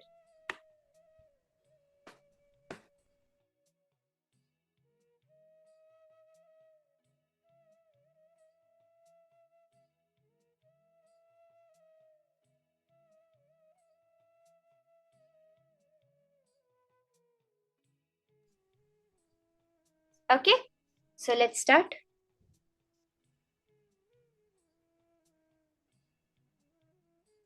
Let's start this process. Look into your life. List down all the words, promises, commitments that you have given to yourself and to others which you did not honor and fulfill, or withdraw, and thereby did not restore integrity. This is the first step. Look into your life. All the words that you have given, it can be as simple as you told your friend you would meet her you would call her up in a couple of hours and you did not do it. But you never told her, I'm sorry, I didn't pick up your call, nor did you call her. Something as simple as that, or to something as big as you gave the word to your boss that you would complete a project, you did not do it, nor did you complete with him, nor did you withdraw it saying, I'm sorry, I will not be able to do it. Any word that you have given to yourself, you would have given to yourself how many times? I will make sure I do morning routine hereafter. But you did not fulfill it. Any word that you have given to yourself or to others, you did not honor and fulfill, or you did not withdraw it, did not complete it. Start the process.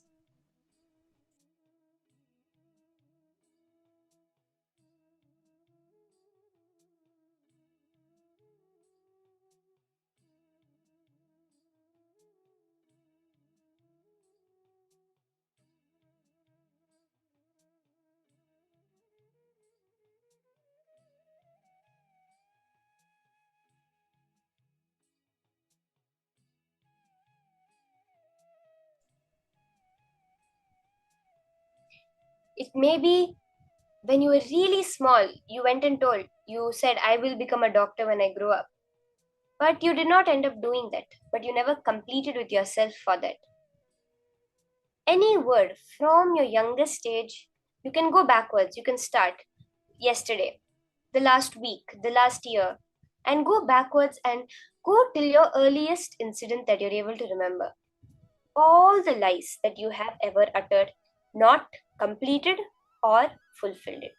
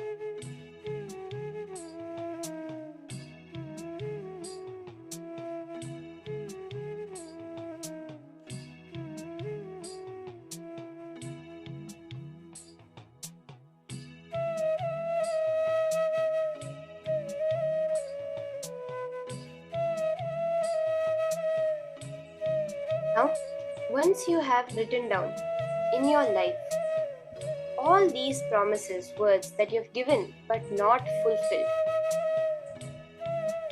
complete with those. Either fulfill your declarations or else call up the person that you gave it to. If you're not in touch with them, just complete to yourself with them. Withdraw the commitment or else fulfill it now. If you have declared to yourself to make something happen, you did not do it.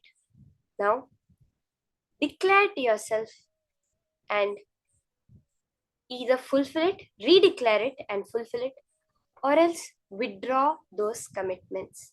For each and every commitment, each and everything from your childhood, from the first thing you remember, now complete it or else withdraw it.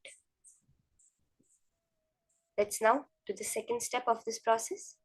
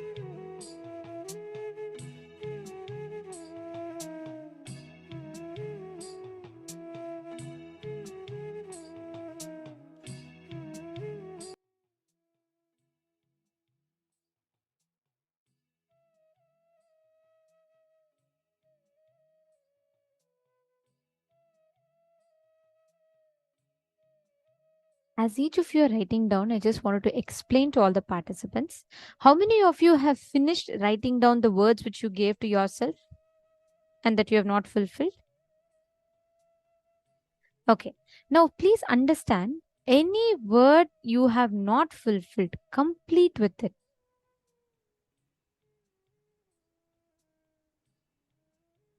Ma Navamani, see, it is not about that, Ma. If you understand, you have put a situation with a conflict in your family because of the promise you had given. See, if you are not able to fulfill the word, at least complete it and withdraw it. If you complete it, if you realize that, okay, I have given a word. For example, if I tell you, in 2 minutes, I'm going to be coming and starting the power manifestation. But in 2 minutes, I do not start the power manifestation. Then it is a non-integrity of my word. And I am responsible to fulfill that word. Are you understanding?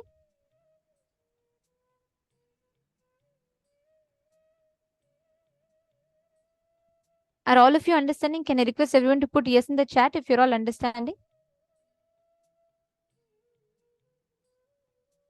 All the participants, if you're all understanding, can I request everyone to put yes in the chat?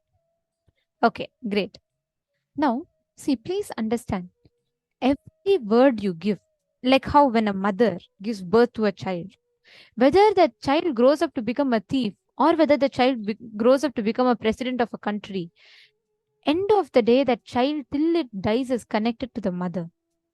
Same way, every word you give, whether it is a good word, like something that's going to give a life to someone, or whether it is something that will take away someone's life, both are connected to you, even if you just casually utter the words. That is why your words have power. It is vak. You all, I don't know how many of you would have read this in the news. During the whole lockdown time, right? India had the lockdown during the COVID-19. You all should know Ganga, the river Ganga, became so clean. The pollution reduced drastically. Just that around 6 months' time that planet Earth faced massive lockdowns in all countries. During that time, the hole in the ozone layer started healing so much. It experienced so much of healing. We just need to understand. Swamiji will always say, you don't need to clean Ganga. You don't need to clean the river. If you just stop polluting, that is enough. The river will just clean itself. Same way, if you just stop polluting your vak, the vak is your intra organ. If you just stop polluting that, you will just become clean. Yes, Ma Dahanananda is putting wow. It's true, Ma. Actually, it's a very like commonly recognized thing. Just when human beings stopped interfering with nature, nature simply healed itself.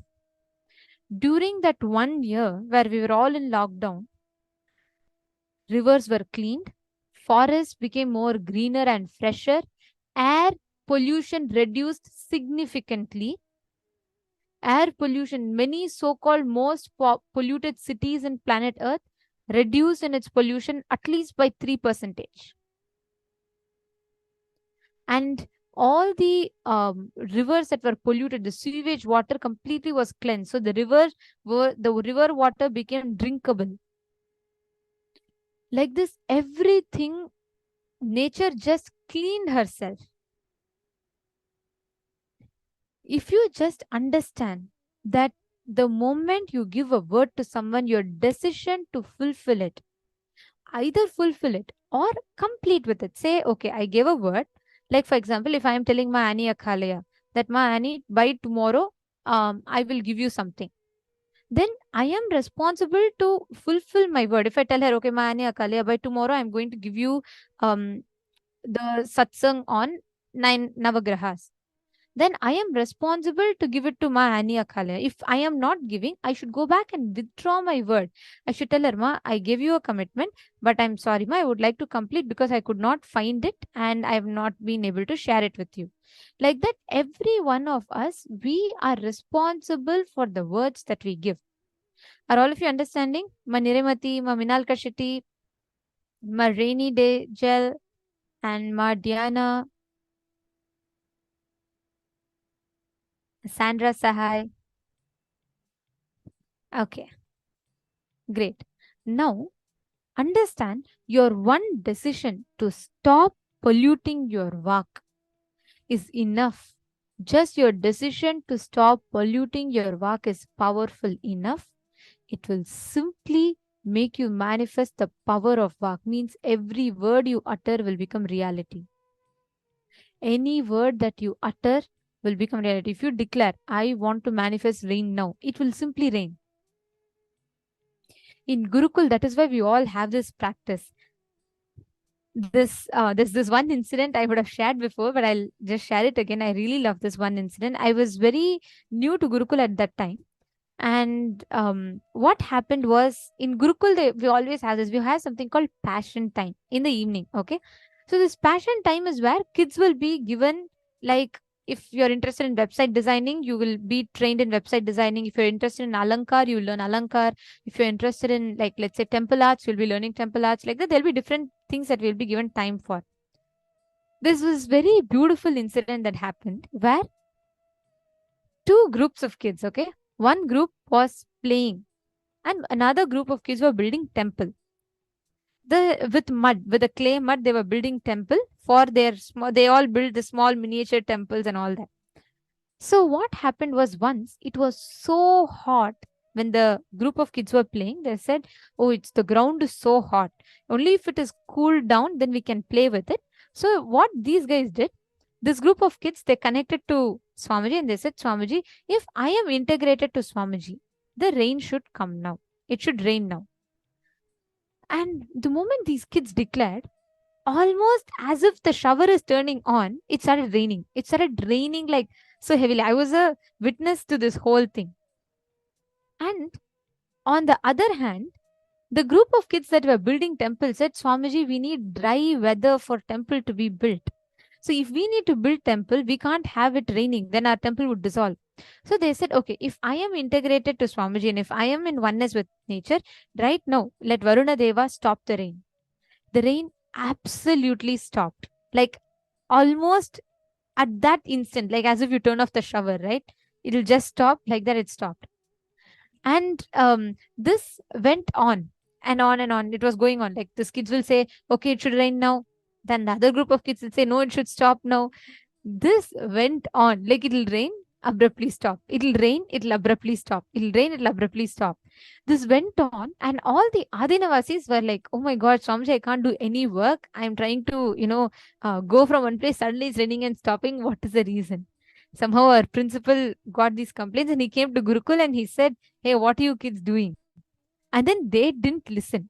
I'm a witness to this. Even now as I share, I just get goosebumps with this. And these kids said, no, I want it to rain. One more kids were like, I want it to stop. And the rain is like starting, stopping, starting and stopping. Finally, Swamiji had come to Gurukul and Swamiji said that, tell the Gurukul kids, see, you guys, all of you are integrated. So you all come to one decision and tell. Swamiji said that Swamiji got a message from Varuna Deva. Means Swamiji continuously got this thing. Varuna Deva is asking Swamiji, whom should I listen to? Both kids are saying, one group of kids are saying, if I'm integrated, it should rain. And one more group is saying, if I'm integrated, it should stop. Both are integrated. Whom should I listen to? Then Swamiji came and said, hey, come on, kids, all of you stop now. Let it rain. And then the whole thing settled. That is literally the lifestyle in Gurukul. When you manifest, when you harness the power of integrity, you will know nothing on the outside has power over you. The moment you declare with the power of your word, the power of your declaration, you'll be able to change things. Now, with that understanding, each of you, every one of you here are going to manifest the power of Vak. Okay, where you're going to be manifesting Swamiji through you. Completely just declare and decide that you're going to be connecting in oneness and decide that you're all going to be manifesting the space where the moment you declare, you're going to be making it happen. You're just going to be manifesting that as reality.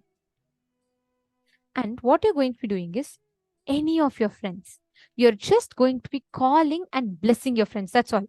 Just bless them. You just call any of your near and dear ones and bless them. Okay. Before that, how many of you are committing to be in integrity from now? Can I request every one of you to type it out in the chat? Just declare Integrity, from when you're now. making the declaration, it applies in all aspects. Starting from you being integrated to the sessions, coming on time, and in every level. It is literally, see, integrity is not a morality. It is a power. It is the power of your words. Only when you start living it from today onwards, you decide, and then you start living it, you will see how in every aspect of your life it integrates you and empowers you. So now, let us all consciously make a declaration. If you just decide now, if you decide this moment, all your past integrity, forget about it. You could have just lied every moment in your past. That's fine. Totally fine. It's okay. Leave it.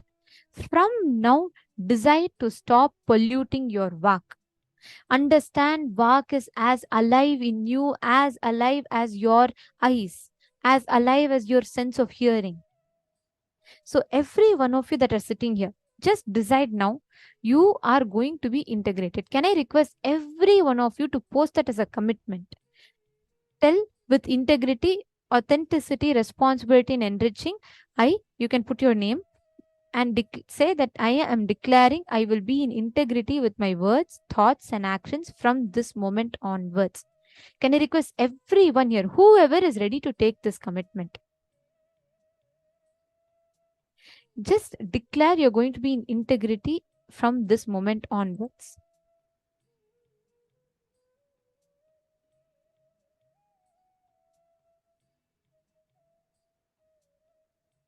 Can I request everyone to post? Whoever is ready to commit to that.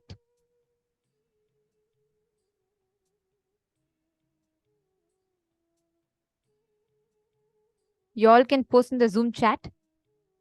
Whoever is committing, you all can post.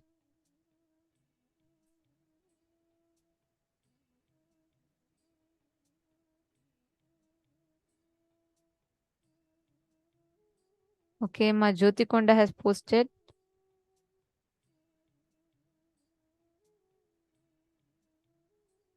Come on, every one of you, please post your declaration.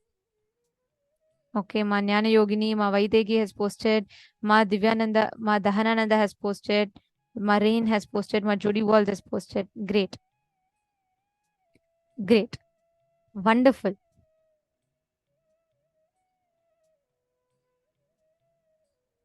Okay, Ma Chetana, Ma Anita, and Madonna has posted.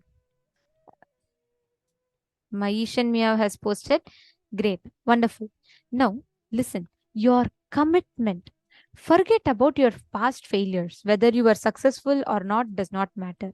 From this moment, decide. Okay. Ma Joyce, your understanding so far? Ma Joyce Liang. Okay. Next. With this declaration, let us start manifesting Sadashiva. Integrity makes you manifest Sadashiva. The moment you have declared, now that means the space of manifesting Sadashiva is open for each and every one of you. Ma Niraimadi and Rita, you have written, Nanum enakku nermayaga irupen. Actually, this is not just honesty. It's not just being honest. It is having integrity. Swamiji says the word as Urungavittal in Tamil, where you are integrating yourself. One is, yes, whatever words you give, whatever promises you give, you fulfilling that. But it is not just ending with that. Like Swamiji will say, are you integrated with your vision for life? Are you integrated with what you want to be? How is it that you want to be in your life? Are you integrated to that? Now, how you are, it is basically you honoring every thought and word that you give to yourself and others as your life.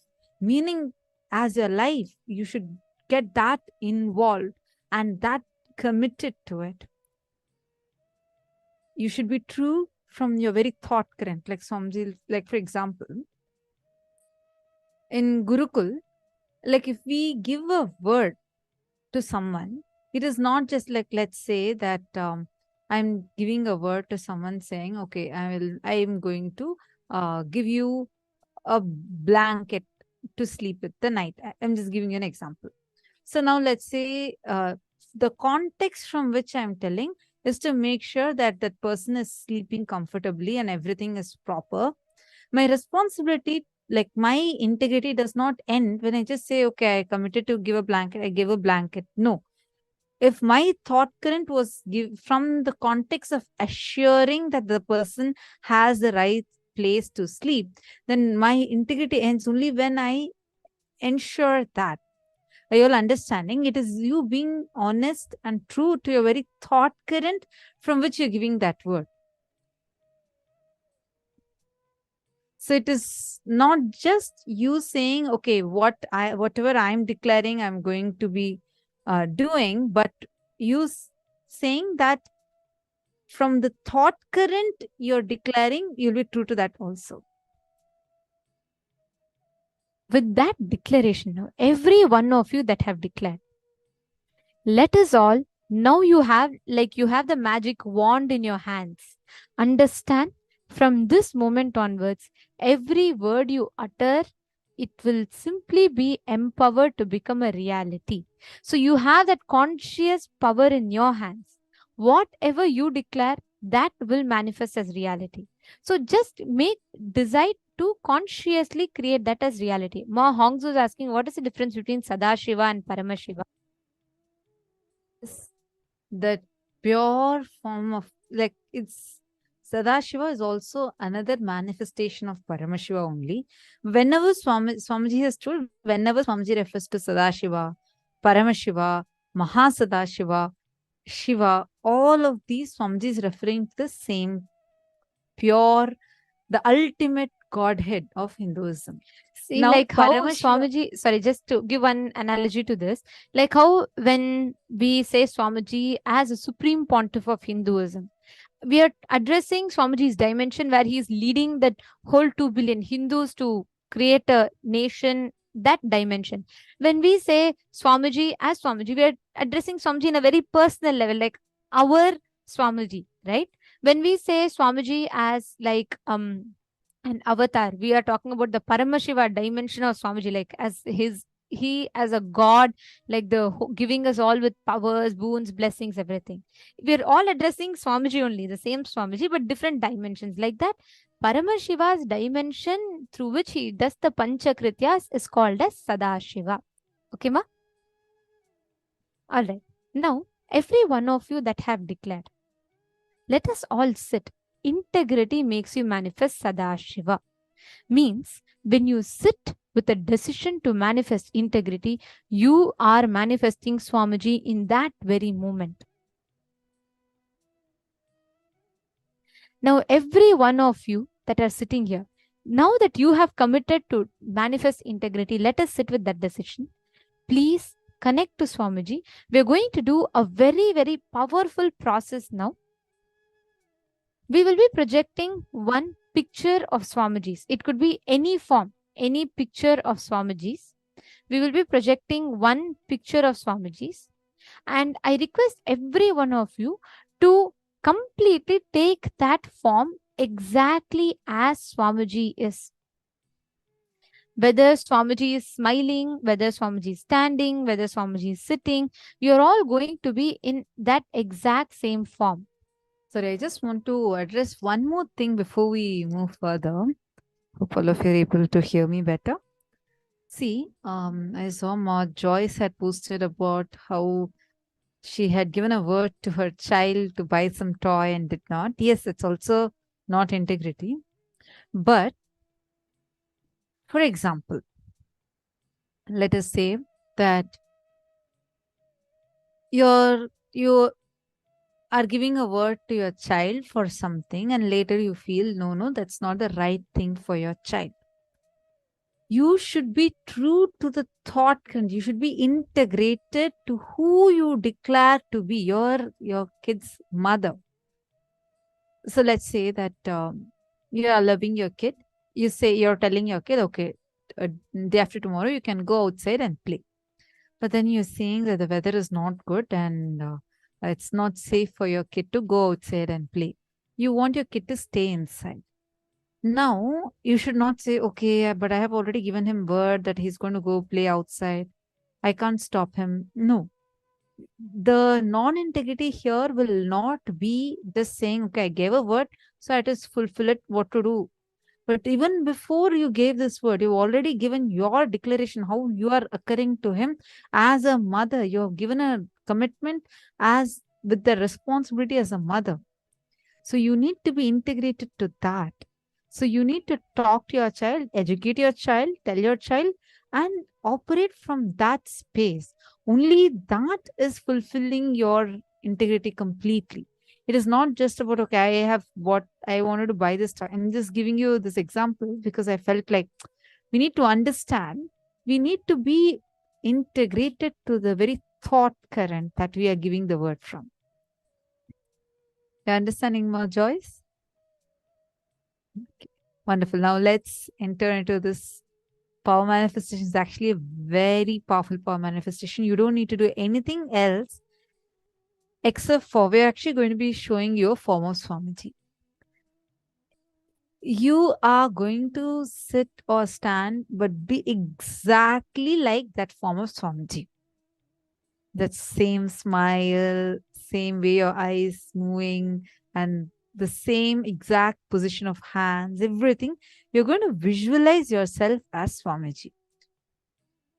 With the power of Vak, that declaration you have made, and when you're sitting like this, first thing that will start happening is you'll even start having the divine fragrance that's emanating from you.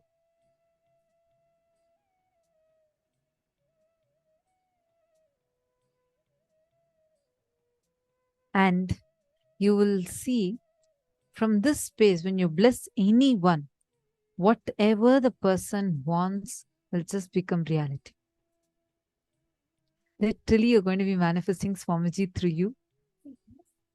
Even if you act like you are Mahadeva, you become Mahadeva. Even if you act like you are Sadashiva, you become Sadashiva. Means, even if you act, imitate like your Swamiji, Swamiji will immediately flow through you. That's how the cosmos functions. You need to understand, literally, Mahadeva is waiting there to gush through you, to manifest through you. Even if you just act, even if you say, Swamiji, I'm just going to act like you, actually, you will see Swamiji will start expressing through you. This process will literally make you flow in the space of Swamijis. You're just going to be connecting as Swamiji. And from that space of oneness with Swamiji, you're going to be manifesting this power. And please understand, each of you that are sitting here, you're going to be connecting to Swamiji intensely. And you're going to be manifesting. Literally, when you look at your body, you should see Swamiji's body. It should not be your body. Means your identity will be replaced as Swamiji's. We will be projecting a picture of Swamiji's. You're all going to be in that exact same form as Swamiji's. Okay? Clear? Are you all ready? No shyness, no saying, oh God, I'm not sure. Okay, maybe later. No. Do it now. You will see how the whole manifestation will happen beautifully. Just sit exactly as Swamiji, in that form of Swamiji. And decide, whoever comes in your breathing space, you are going to enrich them. Whoever comes in your breathing space, just decide to enrich them, just like how Swamiji does. Sit in that intense space. We will be projecting a picture now. You just need to follow exactly how Swamiji does. Automatically, you will see suddenly your whole being will open up and you will start feeling the tremendous energy of Swamiji's flowing through you. You will be able to see how that beautiful energy of Swamiji is flowing intensely through you. Okay, are you all ready? I request every one of you to get ready, sit straight.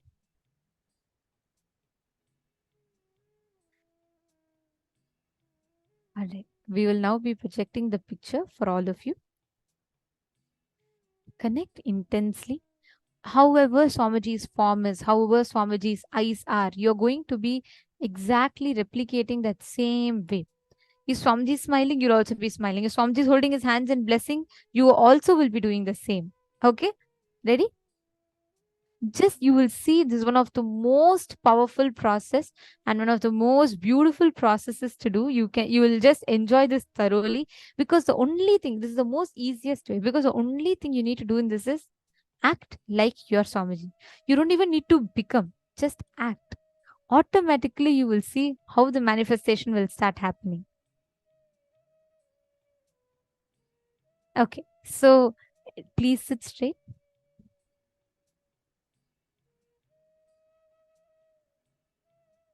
Sit with your head, neck and spine in a straight line.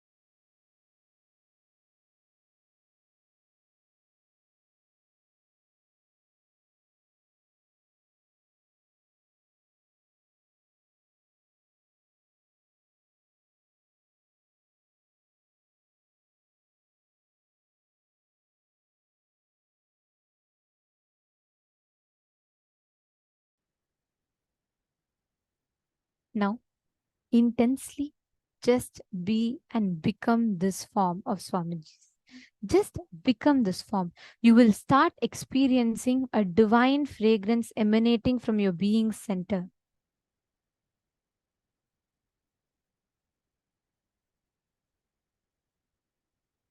Just sit like this form, exactly how Swamiji's hands are, exactly how Swamiji is sitting, with that same smile. You will see the moment you start sitting like this, you will start mirroring that same space as Swamiji's. Come on, Ma Dhanalakshmi, Ma Sonia, Ma Chetana, the same way how royally Swamiji is sitting. See, sit like that.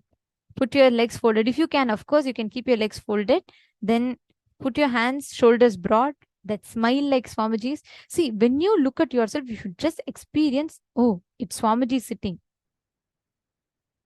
Every one of you, come on, sit exactly in the way that Swamiji is shown.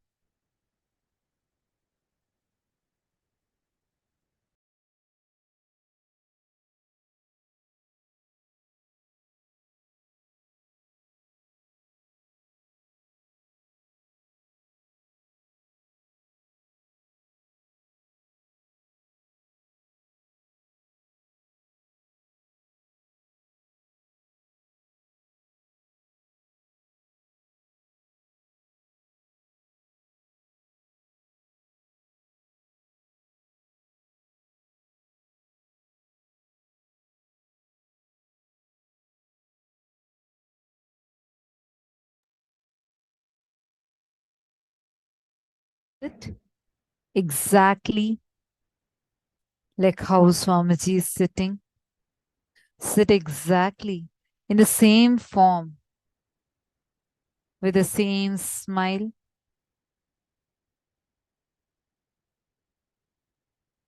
Sit in the same position like how Swamiji is sitting.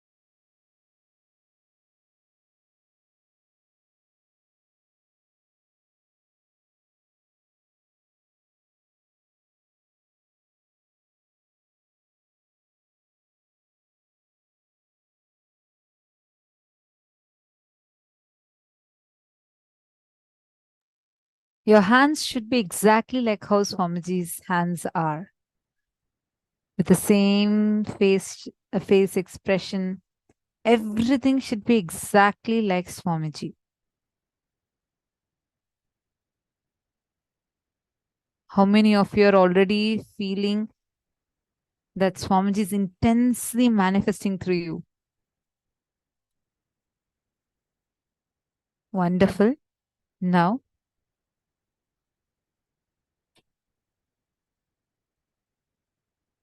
we are going to play a powerful blessing of Swamiji. You're going to see Swamiji blessing, and exactly like how Swamiji is blessing, you are going to call anyone that you want. You're going to shower them with all the boons that they are asking. Just like how Swamiji will shower, like that, you're going to shower. You should literally shower, saying that Tathastu, Tathastu, and just shower whatever boons they are asking for. Just shower. Let it happen. So be it. You'll suddenly see Swamiji just flooding through your being and manifesting all the boons. People might ask, you are going to call anyone and tell them to ask anything that they want and just bless them. Let's listen to Swamiji's blessing.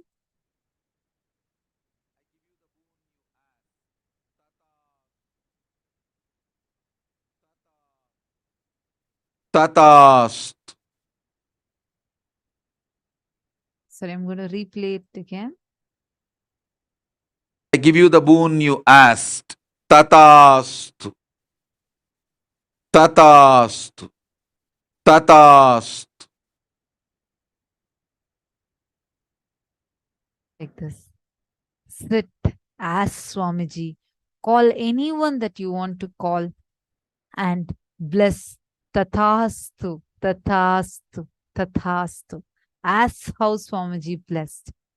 Smile, sit like Swamiji and shower people with whatever boons. Don't feel shy. Sit as Swamiji and manifest Swamiji through you.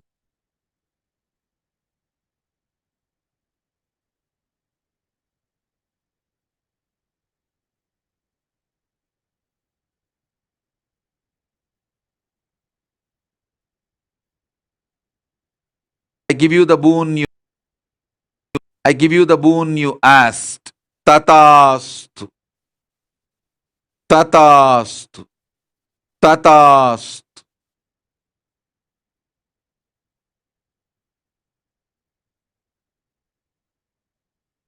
Connect to anyone, any of your friends. You're going to be calling don't expect anything from them. Call purely only from the space of showering them. Just call them your friends and ask them to ask you any boons that they want to manifest. Let's say they want to manifest something in their life, whatever they want to manifest as reality. They want to manifest the ultimate health, wealth, anything. Just say, as Swamiji, from the space of oneness with Swamiji. Bless saying, yes, it will happen. Tathastu. Just the way Swamiji does it. Let us all start the manifestation.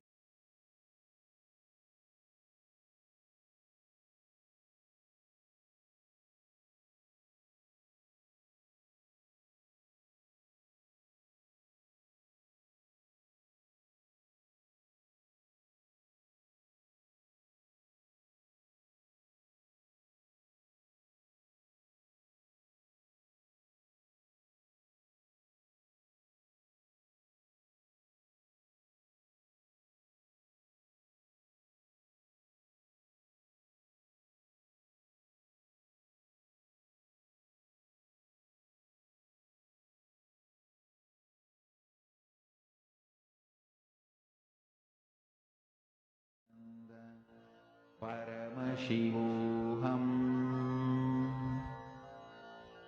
Om Nithyananda Paramashivoham. Come on, we request every one of you to start. Just call your friends and let's start the manifestation. Nithyananda Paramashivoham.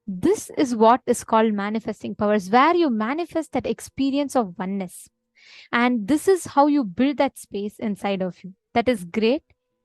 And now we are all going to be entering into the preparation for today's initiation.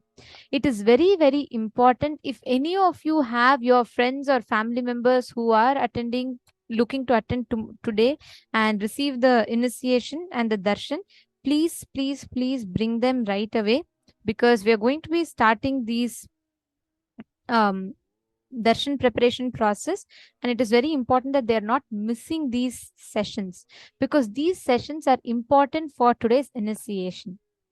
So far we learned about who is Sadashiva and what does it mean to be in integrity with Sadashiva, all of that. Now we are going to take off from Bhuloka and enter to the higher realms of life. We are going to start learning about the parallel universes. If any of you have your friends that are looking to attend today's initiation, please, please, please don't let them to miss. Bring them so that they can receive the initiation. Now, we're going to be listening to a very, very beautiful session from Swamiji, where we will be understanding about vertical time zones and parallel universes. Please listen to this. This is a very important preparatory session.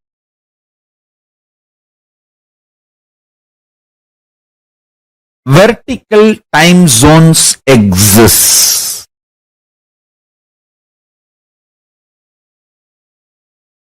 Please understand,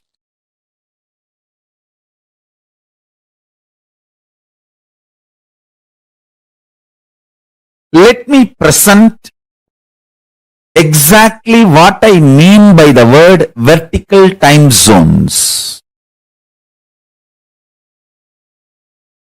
Then I'll try to share what is the need for us to understand about vertical time zones.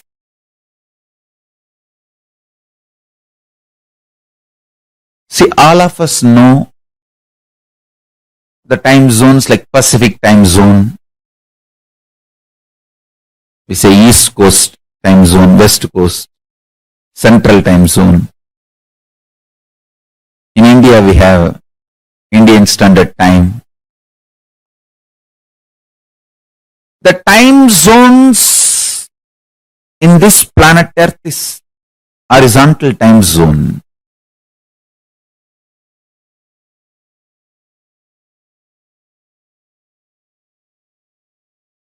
Based on the sunrise to sunset in this planet Earth, various countries practice different time zones. All the time zones observed, practiced in the planet Earth, I call them horizontal time zone.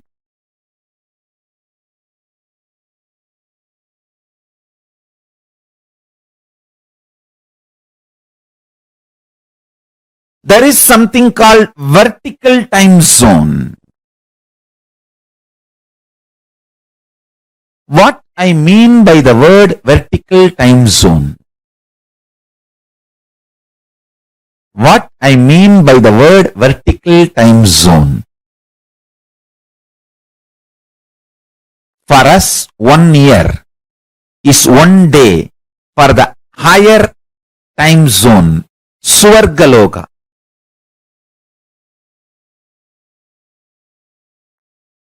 That is why Nataraja, the god of Swargaloka, receives 6 Abhishekam in a year. Because for Devatas in Swargaloka, the 1 year of Bhumandala, Bhuloka, 1 year of planet Earth is 1 day in Swargaloka.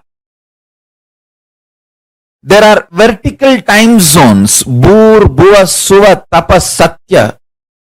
The Satyaloka, where Brahma resides, there, 1 day of Brahmaloka is 4.32 billion human years. Understand?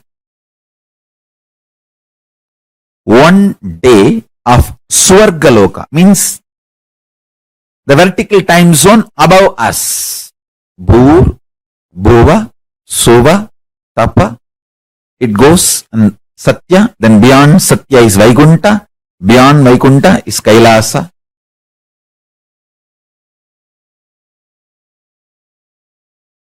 Below Atala, Vitala, Sutala, Talatala, Batala. Understand, I am not giving you some superstitious theories. No. I'll give you precise understanding and experience of these vertical time zones. And understanding about these vertical time zones as a direct utility for your day-to-day life. It can bring tremendous physical health, mental health, psychological wellness, a very powerful way of existing, and above all, life of Paramashivam. You can exist embodying the space of Paramashiva, state space of Paramashiva, and manifest powers of Paramashiva. Understand? The idea you carry about you is very important because that is the foundation from which you manifest your life. Knowledge about the vertical time zone, especially experientially,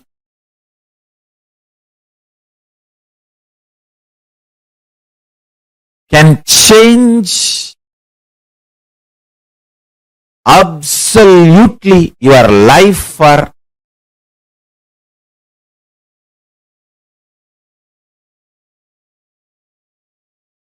best, highest, supreme form of existence.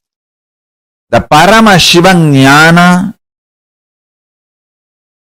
makes you experience the state space powers of Paramashiva.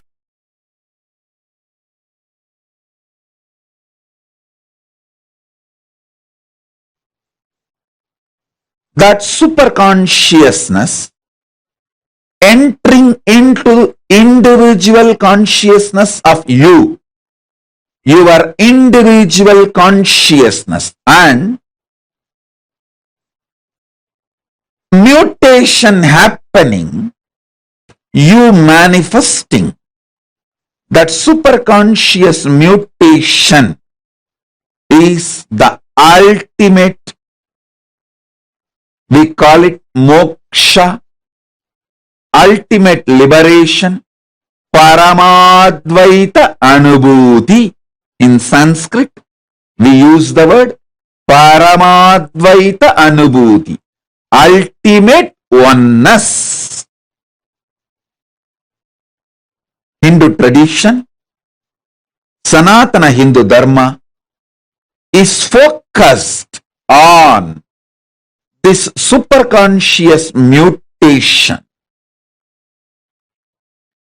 ultimate oneness. Sanatana Hindu Dharma reveals about this cosmos. It has vertical time zones, higher worlds, Bhuva, Suva, Tapa, Maha, Jana, Brahma, Vaikunta, Kailasa, the higher worlds and the lower worlds, Atala, Vitala, Sutala, Talatala, Mahatala, Bhatala.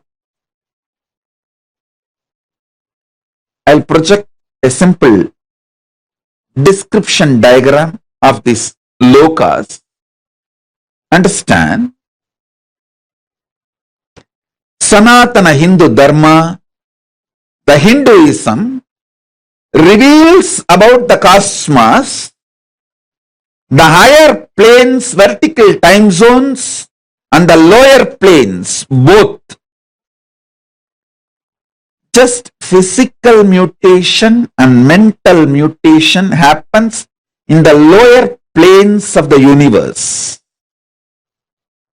But conscious mutation, superconscious mutation happens in the higher planes of the universe, vertical time zones of the universe. Here I am projecting a simple description diagram of the vertical time zone.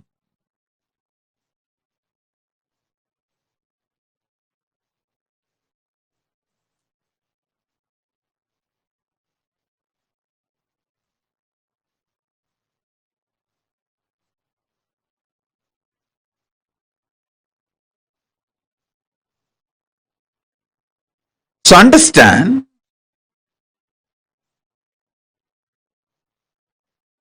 this is the rough description of cosmos revealed by Hinduism.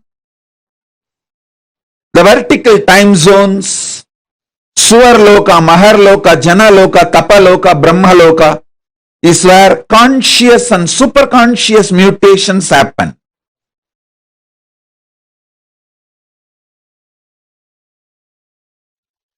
Great news is, even while you are in this body, your parallel universe being exists in Mahakailasa. You can start importing products from Mahakailasa through that being into you. It's like you have a company branch in China, India, London. So you can get products from all those countries and get it to United States. You have your parallel universe personality in Nagaloka, in Tapoloka, in all the higher lokas and even lower lokas. Up to Kailasa, your parallel university personality exists. You can directly, through that personality, buy whatever you want to buy in Mahakailasa and get it imported to this body. I am not telling you stories. I am telling you very powerful truths.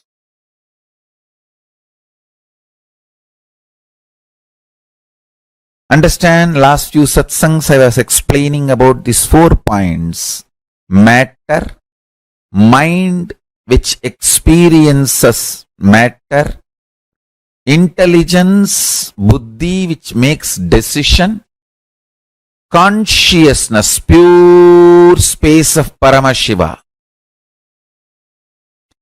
This 4 component put together is your reality. In horizontal time, all these 4 are equally felt. I can roughly compare like a 25%, 25%, 25%, 25%. 25% matter, 25% mind, 25% intelligence, 25% consciousness. That's the way you experience the reality. If the intensity of the consciousness increases, for example, the consciousness becomes 30%. So, its influence on the buddhi, intelligence also increases. So, intelligence becomes 30%. Then naturally the mind's intensity drops. The matter's intensity drops. So, this two becomes 20-20 and this two becomes 30-30. So the whole thing tilts, means you enter into the vertical time zones.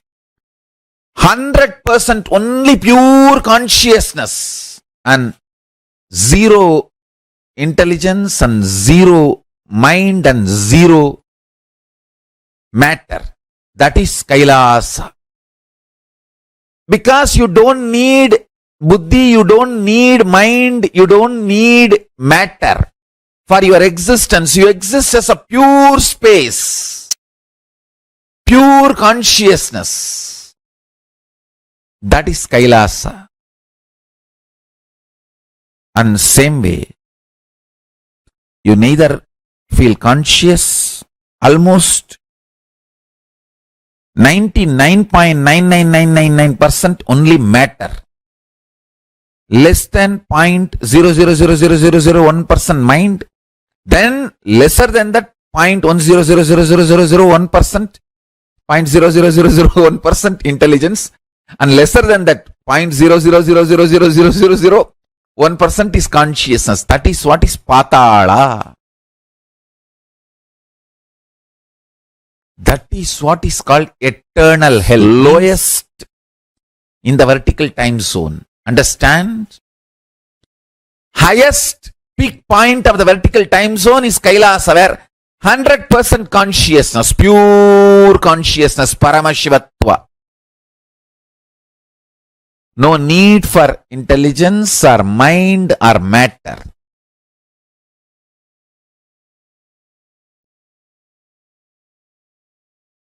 Then next is Satyaloka, where 99% is consciousness and 1% is divided into 33.33 is intelligence and 0.33 is mind and 0.33 is matter. Like I'm giving you all rough equations for you to understand. Then little lesser consciousness, Tapoloka. This is the way the vertical time zones are placed. Bhur, Bhuva, Suva, Tapa, Satya and Kailasa. The lower part, Atala, Vitala, Sutala, Talatala, Patala. Lower time zones.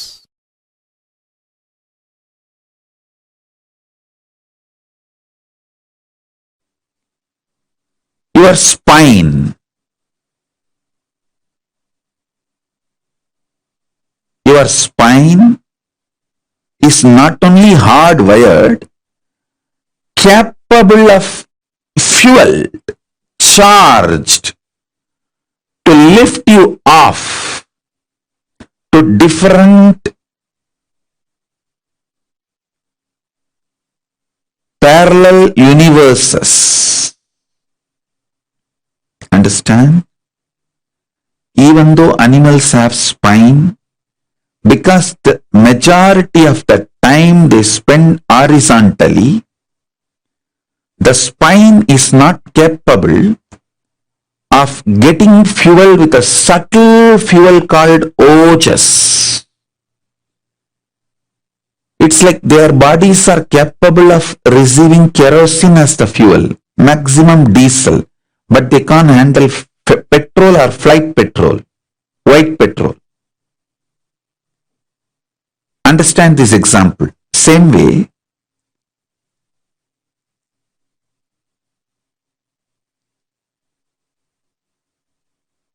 only the human bodies can handle, due to the vertical spine, the fuel like white petrol. Traditionally, the word ojas is used. The ojas need to be filled in your spine, and the kundalini need to be ignited for you to reach parallel universe and different vertical time zone spaces.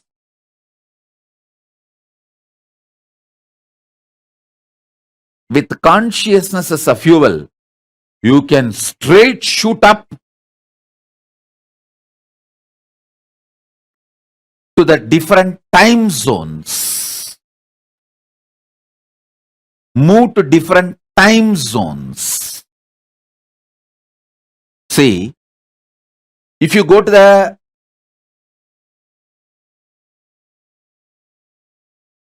higher altitude, the world, many the governments have established that station in the space research station. If you go there, your body goes through certain changes, hair growth and whatever changes. Same way, if your body is lifted with a conscious empowered vehicle to the vertical time zone, it goes through superconscious mutation. That is why if you go to Indraloka, automatically you will have 4 hands. If you go to the Swargaloka, automatically you will grow 2 hands more. Because the superconscious mutation will happen. Listen. If you go to the space station, automatically your body goes through certain changes. Same way, if you go to the Swargaloka, automatically your body goes through certain changes.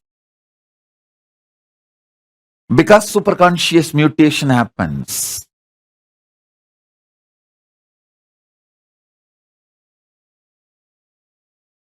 Now focus on,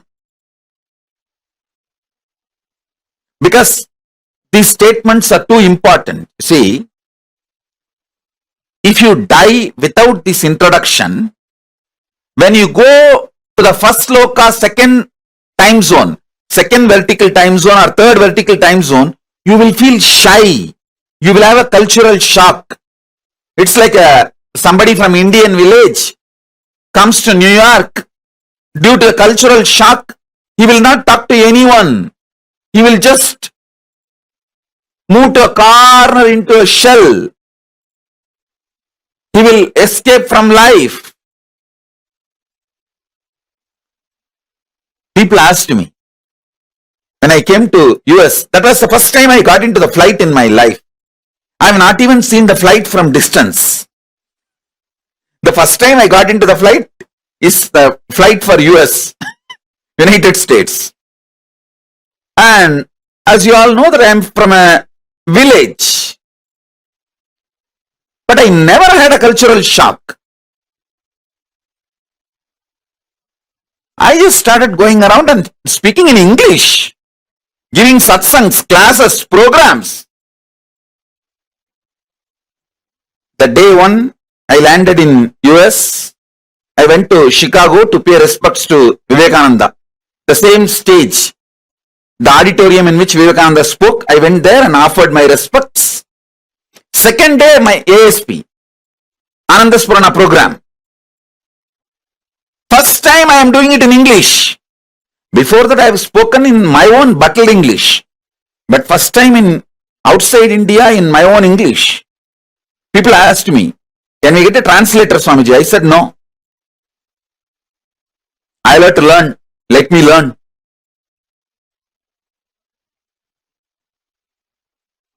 Not only in language, any problem. I did not have any cultural shock. All of you listen. Now initiation time. So no movements. Every word I am uttering is important for your soul to move through the vertical time zone when you are alive or when you after you leave the body. So listen carefully.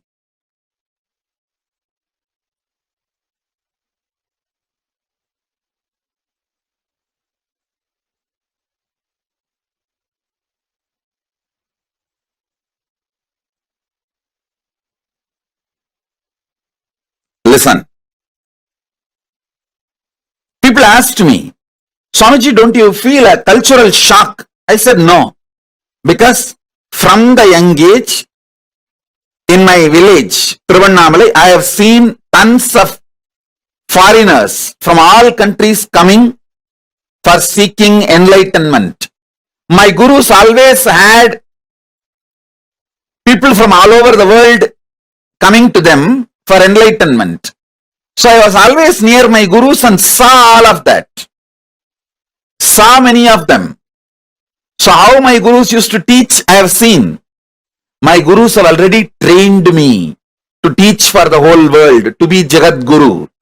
So I did not have a cultural shock. Now I am trying to train you not to have cultural shock when you go to Mahakailasa. See now, whatever I am telling you, if you internalize, you will not have a cultural shock, or you won't feel shy, you won't feel inadequate, not enough when you go to the vertical time zones.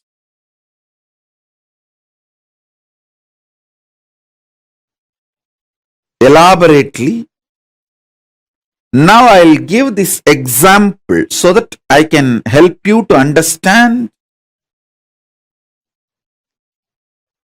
how you can face yourself in the multiverses, parallel multiverses.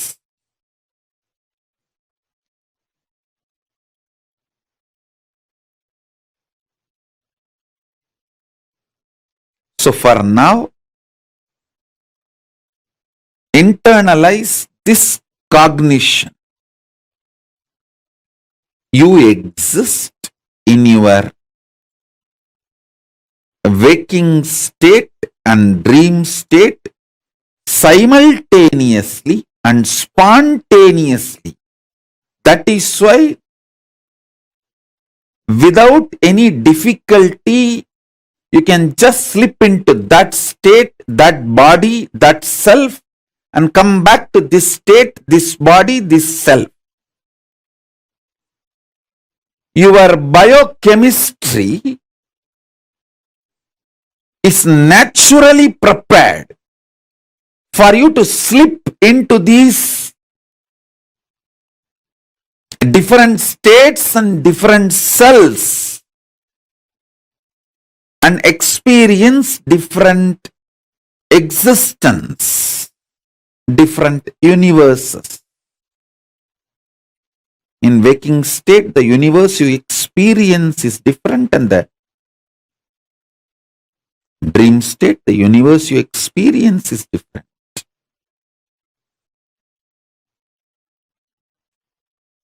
So with this understanding, expand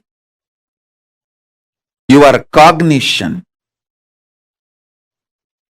You exist in parallel multiverses like Suvargaloka, Maharloka, Janaloka, Tapaloka, and Kailasa itself. More than next to Tapoloka is Satyaloka, and beyond the Satyaloka is Vaikunta, the Parandama space. Satyaloka is the space of Parabrahma. Then the Vaikunta, Parandama space. Then Shripuram, Parameshwari's space. Then above all, Kailasa. Above the Kailasa, Mahakailasa, Paramashiva space. Kailasa is where all the Anga Devatas and Avarana Devatas, everyone lives. People who achieved the Salogya, Samibhya, Sarubhya, Sayujya, Mukti with Paramashiva, all of them exist in Kailasa. In Mahakailasa, he alone exists. In Paramadvaita Swarupa, Paramadvaita Satya.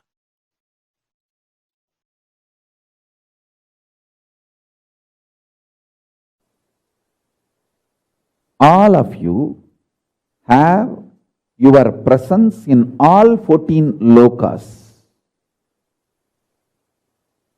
For example, in Nagaloka, there is a being with your face and snake body. I am giving you this as an example. In Tapoloka, there is a rishi with your face and the body of the rishi, tapasvi. I will give you one more example. In all 14 lokas, you have your account, bank account opened. If you are intense in your tapas, in your tapoloka account, you have $1 million. If you are very shallow with your demonic attitude and aptitude, your demonic loka, the patala, your personality has practically zero money. Understand carefully. I'll repeat the example. All of you have your presence established already in all 14 lokas. The human body, human frame is such highly evolved hardware, highly evolved framework. If your consciousness is matured enough to handle the human hardware, you already have your presence in all 14 lokas.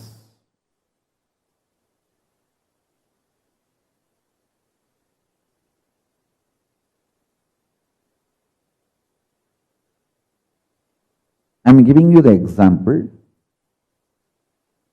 In Patala, where the demons, Rakshasas exist, there is a Rakshasa with your face and the Rakshasa body, the demon body and your face. Same way, in Tapoloka, your identity exists. There is a person with your face and a tapasvi, great rishi body. The more tapas you do, your tapoloka identity is strengthened, empowered. The less demonic activities you do, your demonic personality in Patala Loka is slowly dissolved. He loses his power over you and he is also slowly dissolved and you are liberated. You have the freedom to strengthen any of this identity in this 14. You have a freedom to strengthen or weaken. Any of these 14 identities, you can be demon. If you continuously come to powerful conclusions that demonic qualities are the best to succeed in this world, if you come to this conclusion again and again and start acting on this conclusion, be very clear, you are strengthening your demonic identity and you start planning your future in Patala, the Asura Loka. If you come to the conclusion, very dharmic way of living, win-win, will always be the best strategy.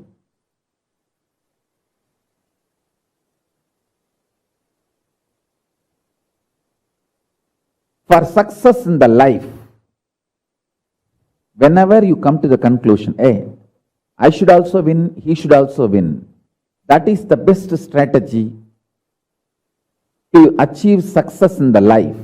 And you start executing those strategies, those conclusions, then your personality in Swargaloka gets strengthened and more your intensity in Swargaloka gets strengthened and you start manifesting your future time in Swargaloka. And if you feel tyaga, giving up,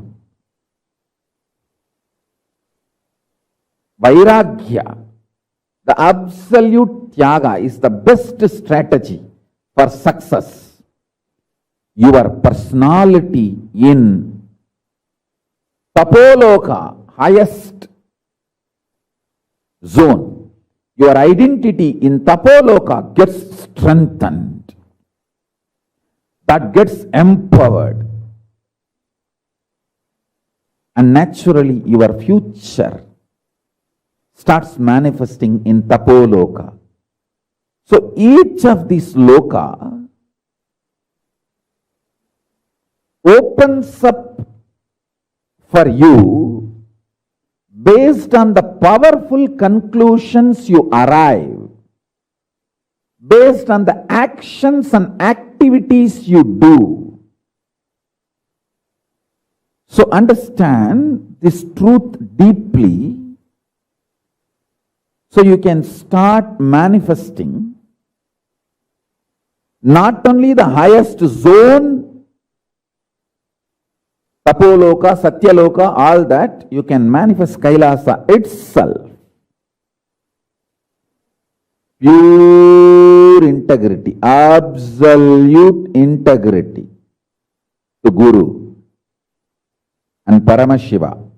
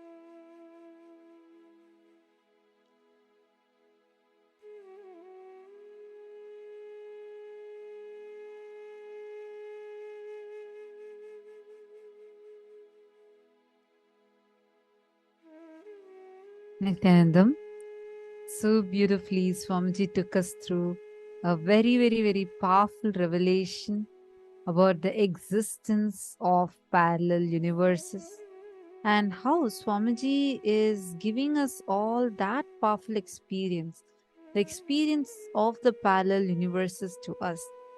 I did see some of you had questions, and definitely now during this time we will be taking your questions, answering your questions too.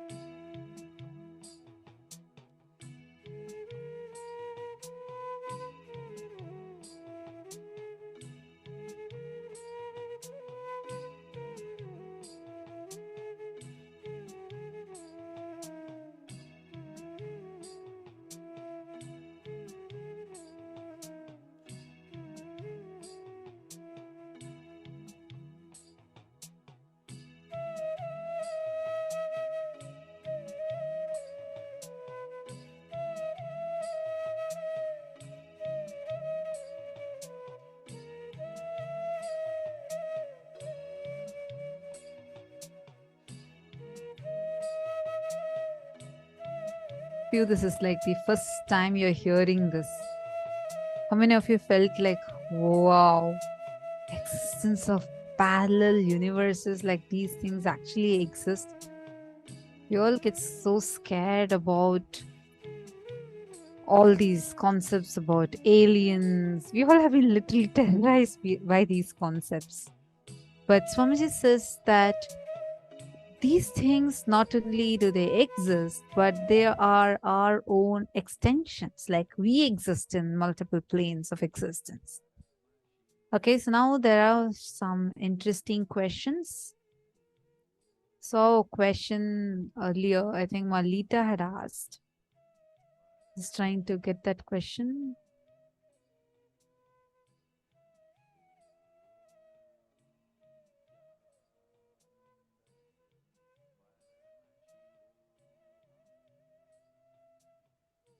Sorry, I'm just trying to find out. I remember the question. I'm just going to answer the question because I'm not really getting the question on the chat. There are too many Zooms. So I'm just going to answer the questions. The question was whether these things that Swamiji is mentioning about actually exist. Like, do all of these things really exist? And do they have like a physical existence within Earth? Or is it like elsewhere? Or all these things existing in Earth? Actually, Mom, so I wanted to answer that question. The first thing is, yes, these things exist, like actually exist. And these things don't exist within this planet Earth. Actually, Swamiji says the entire known universe itself is only Bhumandala. So there are 14 planes of existence. Out of that, the middle plane is called as the Bhumandala, where we all are existing. And it is not just our planet Earth, and it's not just our solar system, or not just our Milky Way galaxy. It is the entire known universe that we have. That entire known universe is Bhumandala. Now, beyond this known universe, several millions or billions of light years away from us, there are various lokas that exist, physically exist, that you can actually travel to and come back. It's like how if I say, okay, I'm in India. So now if I want to travel to the US, I know US is a physical place that is existing. May not be my neighboring country, but that's a place that I could travel to and come back. Right? How many of you are getting this? Like that, these things actually exist. These are existential reality to which you could go visit and come back. And as Swamiji said, he is giving us, like, you're getting to know how the parallel universe existence is, and you're well versing yourself with the parallel universe existence, and you're getting to know about how these planes exist, and how even after you leave the body, you will have the option. You can choose to go to any of these lokas and not have a cultural shock. Malita's Sage, I hope you understood, Ma. Ma Yogananda Rupin is asking, would we be able to travel into the other lokas physically? The possibility, yes, it exists. Like Muchukunda Chakravarti, he was a great king, the devotee of Paramashiva, who goes physically to the Sargaloka and comes back. So, and even Nachiketa, he also goes to the Yamaloka and comes back. How did they do it? Because physically you going is possible. And right now, when you are sitting in the initiation, first you're going to get the ability to connect to the parallel universes. You will actually be able to, your consciousness will be able to travel and come back. And you will also see today during the initiation, you will also see your ancestors, whoever you want to meet. When I say, the moment I say ancestors, all of us will think some ancient beings that had once prevailed on this planet. Actually, even your near and dear ones who are even left their body, you could meet them, and you will be able to receive their blessings, experience completion with them.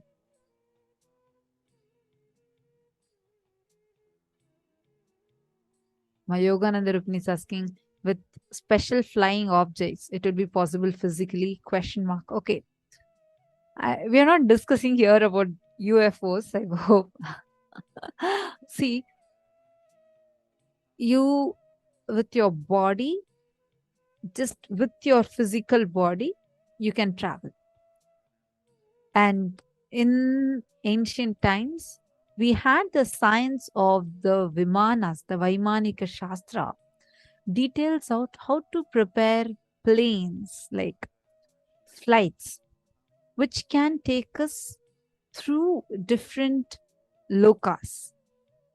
And these were based on certain sounds and by the energy, the bioenergy of the person who is established in a particular space, which is needed to operate that aircraft. Like to steer the aircraft, you don't need a physical pilot, but through conscious will, if a person puts through his conscious energy, if he decides that he wants to make this plane to go to a certain loka, he was able to operate. Otherwise, imagine and see a 7-year-old kid, Nachiketa, he travels all the way up to Yamaloka and comes back. Yamaloka also exists as a part of Swargaloka itself. Mahongs is asking, I remember Swamiji appeared at different locations in form a few years ago. What power is that called? Kamacharatvam. Wherever you want, you can appearing at multiple places. Yes, we have a video recorded footage of Swamiji appearing in 2 places at the same time. One was being live recorded in the Pada Puja, and at the same time in a different place in Chennai, like in Bangalore and in Chennai at a time, Swamiji had appeared and given darshan. And we'll share about this in the further days. We are going to actually manifest that as a power. Okay. So shall we enter into the session itself, like the exercise? Any other questions anyone has?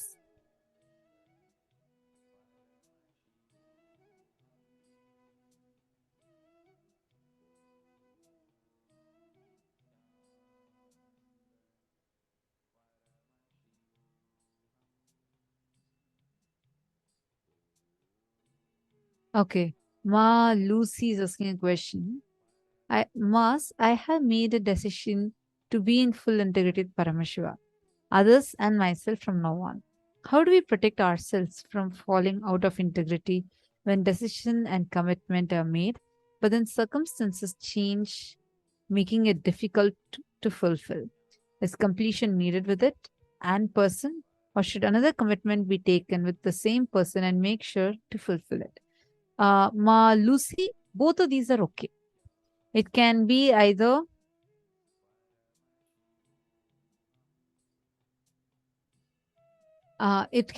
be you can complete and withdraw the word if you're not able to fulfill it anymore, or you can recommit. You can complete and recommit and ensure that you're fulfilling it. So both of these are okay. I hope that answered your question, Ma Lucy.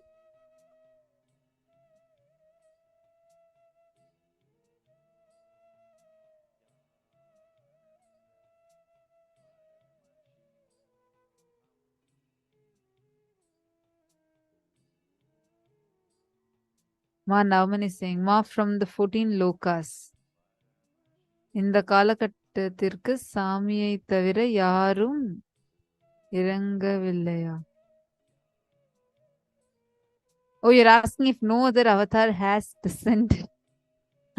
Swamiji says, along with Swamiji, Swamiji has gotten 7 crore beings. So, and you, me, all of us are a part of those 7 crore beings.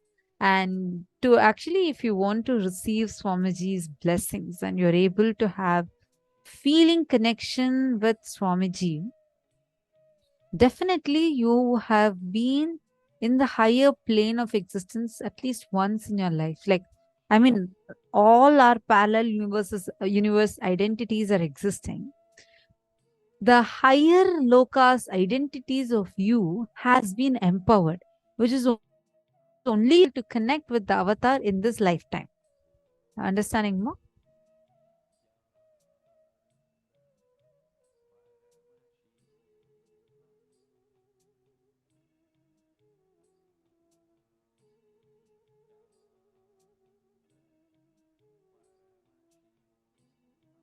So now let's do the internalization exercise.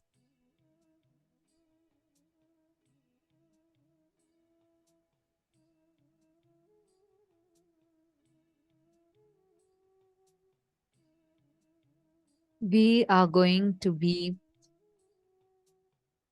entering into preparation. This is a very important preparation for the darshan.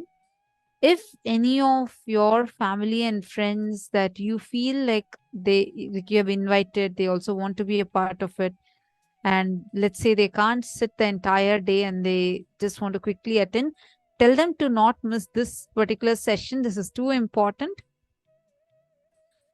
The parallel universe session is a very, very, very important one, because only understanding this, you will be able to experience today's darshan properly. Migration. This is one of the greatest freedom that we as human beings have.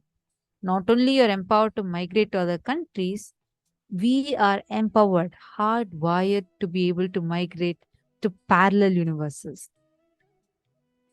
Plan your trip. You will be introduced to the higher lokas, the inner space, which will just raise you to the experience.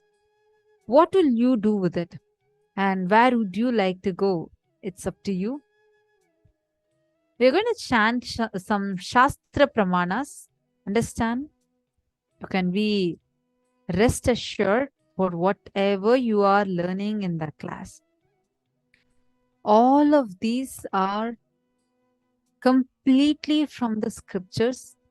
The scriptures, the Hindu scriptures have clear description about these parallel universes, how one exists in the parallel universe. So I think Malita had also asked one other question. I'm just remembering. I was just going through the chat during the session. She had asked saying, will we travel with, it's like, is it that we are in this physical body and just that our form keeps changing when we are traveling to different universes, when we see ourselves in the parallel universe? The answer is no. You have right now, let's say Mahilde Jirarat is sitting now in Buloka, right? Like with us right now. As Mahilde is sitting in Buloka, there is Mahilde who is also in Tapoloka, also in Janaloka, also in Maharloka, also in Kailasa, Mahakailasa. You have your identity already available in all of those places. It is just consciously, whichever you choose, you just switch to that. So it's not in this same body. This flesh and bones don't come with you. You, with your conscious will, you would be able to switch to that identity. Okay. How many of us have had dreams at least once in our life? I'm sure all of us, right? Now, when you're going to sleep, you're closing your eyes, you're entering into the sleep, and then you're waking up and coming back to the waking state. Now, when you entered the sleep and you went into your dream state, at that time, did you get a new birth or enter a new body, or were you in the same body?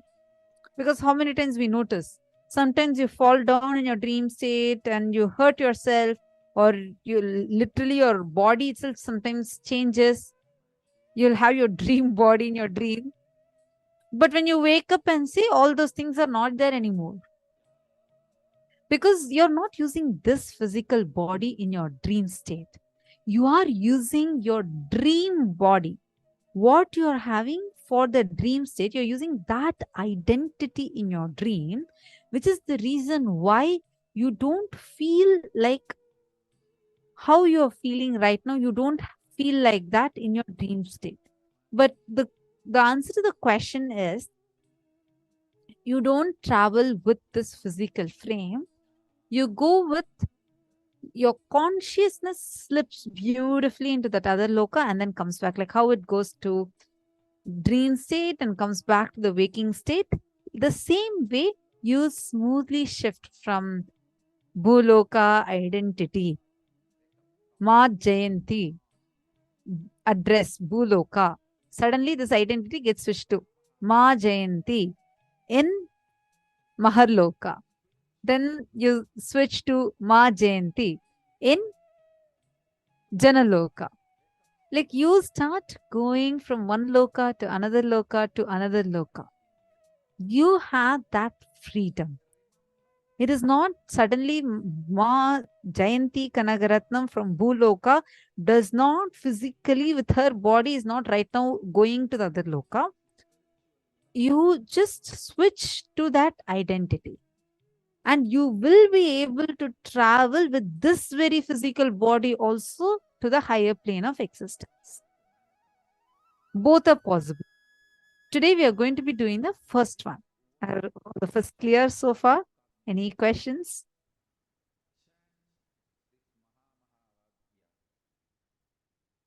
Sonia was saying it's like a video game. So, Ma Zhang Liang is asking, Ma, could you please share what you saw when you went to another universe? Ma Joyce. Actually, for me, this experience happened in 2014. First time we went to the Shivoham process, and I was a teenage kid. I really thought like these experiences and all would come only for adults who have been doing a lot of uh, spiritual things in their life. Only they will get. That's how I used to think. And I just wanted to go and be with Swamiji. So that's the only reason I was going to the Inner Awakening in Cambodia, the program in Cambodia, 2014. I think many of you would be like, oh my God, Ma, you keep referring to 2014 one. That's one of my most memorable moments. At that time, so we went and we had this processes, so the mandala processes where Swamiji used to sit in the middle and we all used to sit in the mandala shapes, like whether it's a Sri Yantra or a Kala Bhairava mandala. In that formation, we'll sit around Swamiji, sometimes in concentric circles. And Swamiji had started conducting. This is the first time I'm attending a process there in Cambodia. Swamiji said Swamiji is going to conduct the Shivoham process, and Swamiji had the drums, the electrical drums, and Swamiji was doing that and chanting and awakening our Kundalini. I was just sitting there and looking at Swamiji. I didn't know when suddenly my eyes closed, but it was a very, very, very powerful experience for me, where literally I experienced how I was no more in this physical body. I could see Swamiji in a huge, huge form, and I'm like seeing myself also expanding huge. It was I'm not able to put it into words now, but that was one of very strong experiences I had. And right after that process was over, I even shared it with Swamiji. Swamiji said that because Swamiji is awakening our Kundalinis, all of us were traveling to the higher planes of existence. And like, it's literally for just by awakening our tejas inside of us and the ojas inside of us, through that fuel, Swamiji is raising us all to the higher and higher planes of existence. It was, I could actually was able to see like everything turning very gold, and it was really, really powerful. The best thing I remember so clearly was Swamiji just growing huge and like a big lot of light. And I'm sorry, I'm not able to describe it clearly, but this was what I had seen very first time and I had experienced. This was it. And this happened in 2014. Okay, now let's enter into the process. First, we are going to chant some Shastra Pramanas for us to understand about these lokas.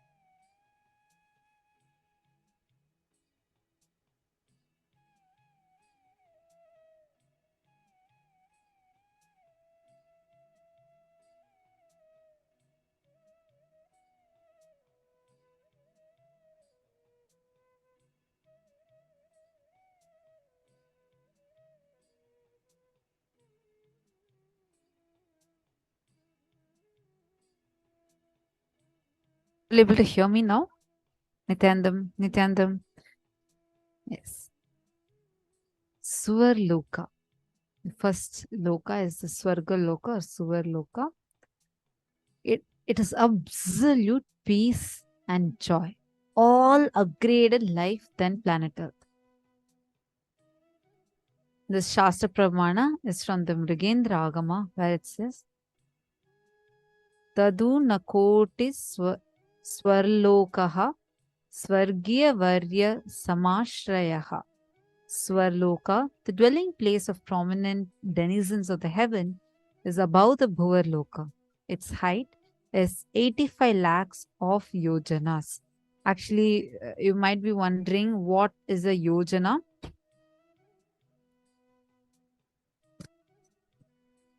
Yojana is approximately, one yojana is approximately equal to 15 kilometers. 14.5 kilometers, like 14.5 kilometers is one yojana. This is an ancient method of calculation. So you can put your calculation together. So it's 14.5 kilometers times 85 lakhs. So it's this far away from us. That is the first loka, the Swarga Loka. And the next loka is Mahar Loka. It is much higher than Swarga Loka, and higher level beings go there. It's the loka where the highest peak possibilities can be experienced. And Mahar Loka is where other eminent sages, like it's the abode of Marichi and such other eminent sages, which is above the Swarga Loka, raising to the height of 2 crores of yojanas. So here, crores is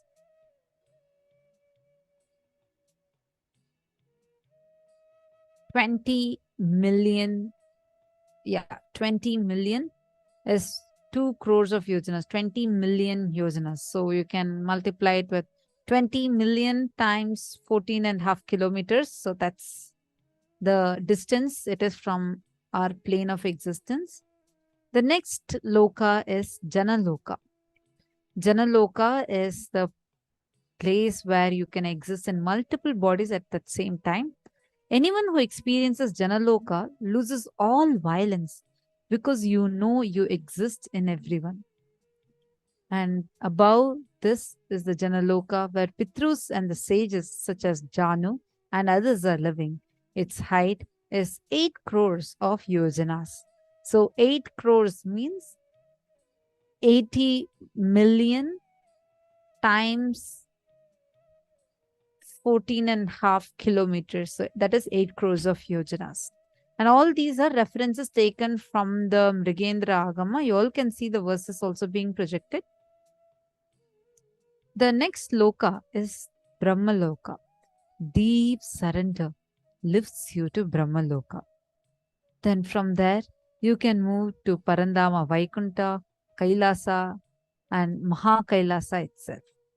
So we're going to show you all a map. You all can see the map now.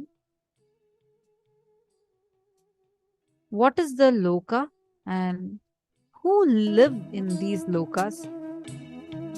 As well as you can see the inner space that is needed to achieve this lokas. I hope all of us are able to see this.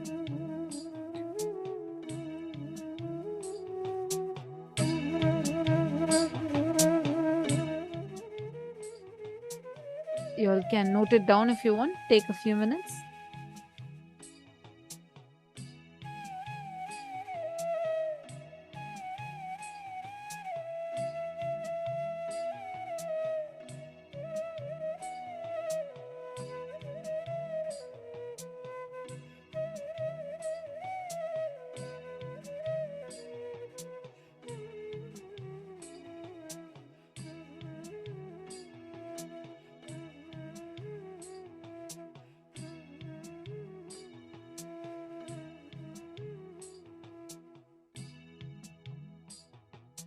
Carolyn, the tech team video is spotlighted.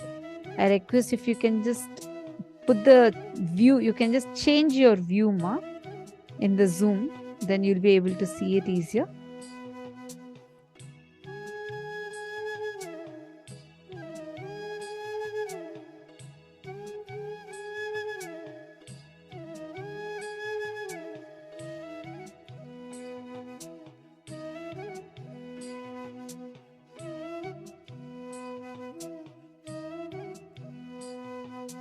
All the highest lokas that you're seeing now.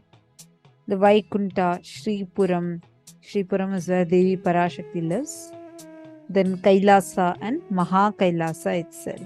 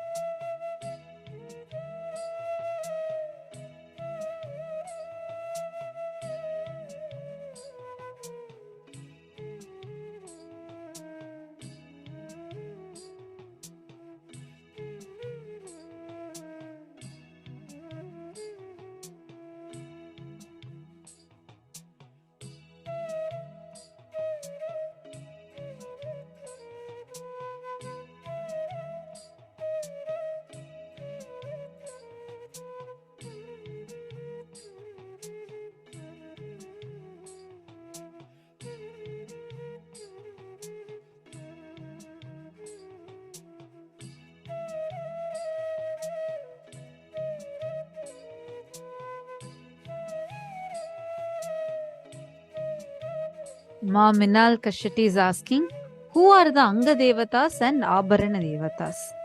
Sure, I'll explain, Ma. See, now with Paramashiva, whoever exists, like Anga Devata means who do personal seva to Paramashiva. Like who Anga Devatas are like literally part of his own body. Abharana Devatas are like who are also doing the seva to Paramashiva, but not the physical seva. Like, for example, I'll just give you a simple example. The person who is attending to Paramashiva, holding the like Basma for Paramashiva, all of them become the Anga Devatas.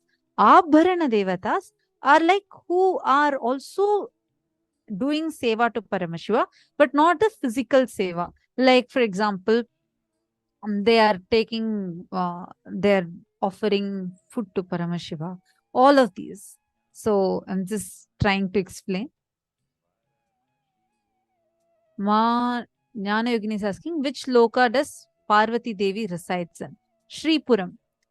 That is where Parvati Devi Parashakti resides in. See, all these lokas, see, for example, Parandama only came down as Bhagavan Krishna, but in the very form of Bhagavan Krishna, he continues to reside in Goloka, which is again a part of Vaikunta. You need to listen to this a few more times, only then you'll be able to understand it. Okay, so now with this, shall we all move to the power manifestation session? You all have your partners already from the previous rounds.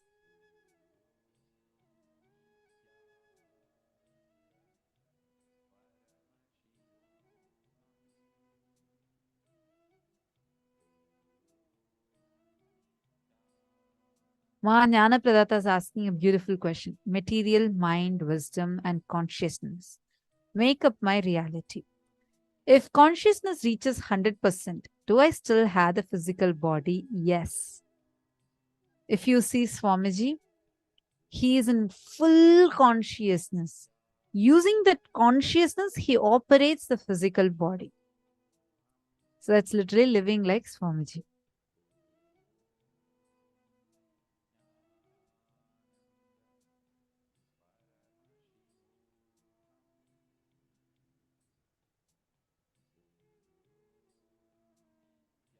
Let's all enter into the power manifestation. Please quickly get your partners. We are going to be doing the power manifestation. Did you all enjoy the last round where we called people and blessed by sitting as Swamiji? Ma Harlan Gomez, don't worry. We'll send this as an email to you today. To all the participants, we'll be sending out this mapping as an email. So don't worry.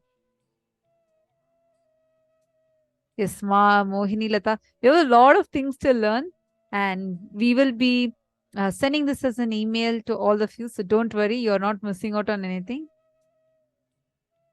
Ma Joyce is asking, are there any devils in some universes? Yes.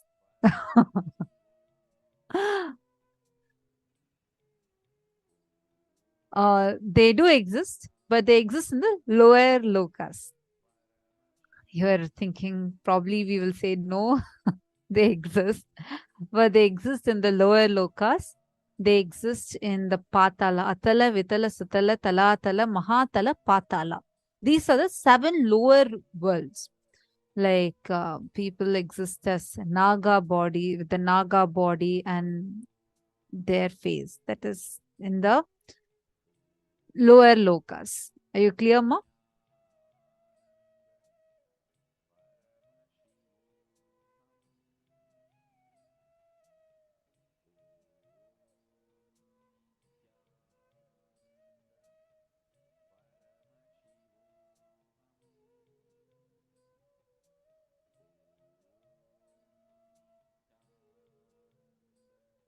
Yes, clear, Ma. But can we just take Swamiji's form to go?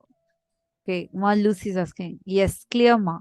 But can we just take Swamiji's form to go across all 14 lokas? Wouldn't that be better? Or do we all need to create our own identity, personality, image in advance? Or allow body mutate on its own based on what is best for our experience? Ma Lucy, Swamiji is the one who is actually going to be taking us through all these planes of existence. If you have the feeling connection with Swamiji, that is enough. See, you don't need to create a new identity. You thought, okay, oh God, what to do in this loka itself? I'm struggling with my identity. Now I'm having to create 14 more identities. Oh God, how am I going to manage all that? Ma Lucy thought through too much, I think. Don't worry, relax. Swamiji is going to take you through that, whichever plane of existence you want to go to, however you want to experience. Swamiji will take you to that. All you need to do is sit back, relax, enjoy your journey. He will take you to the best plane. You can just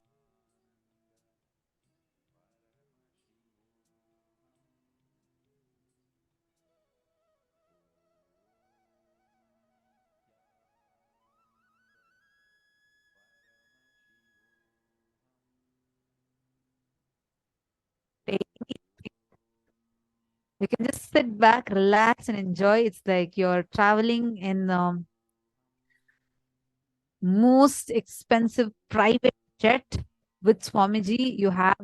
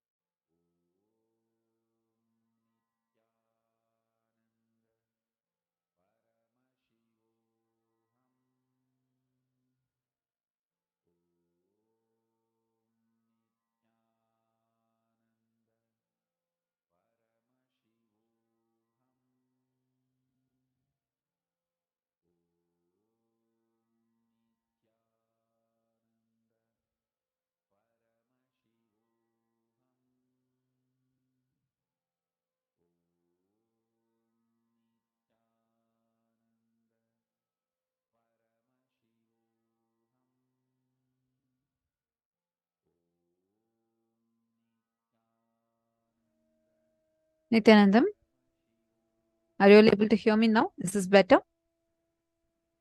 Apologizing for that.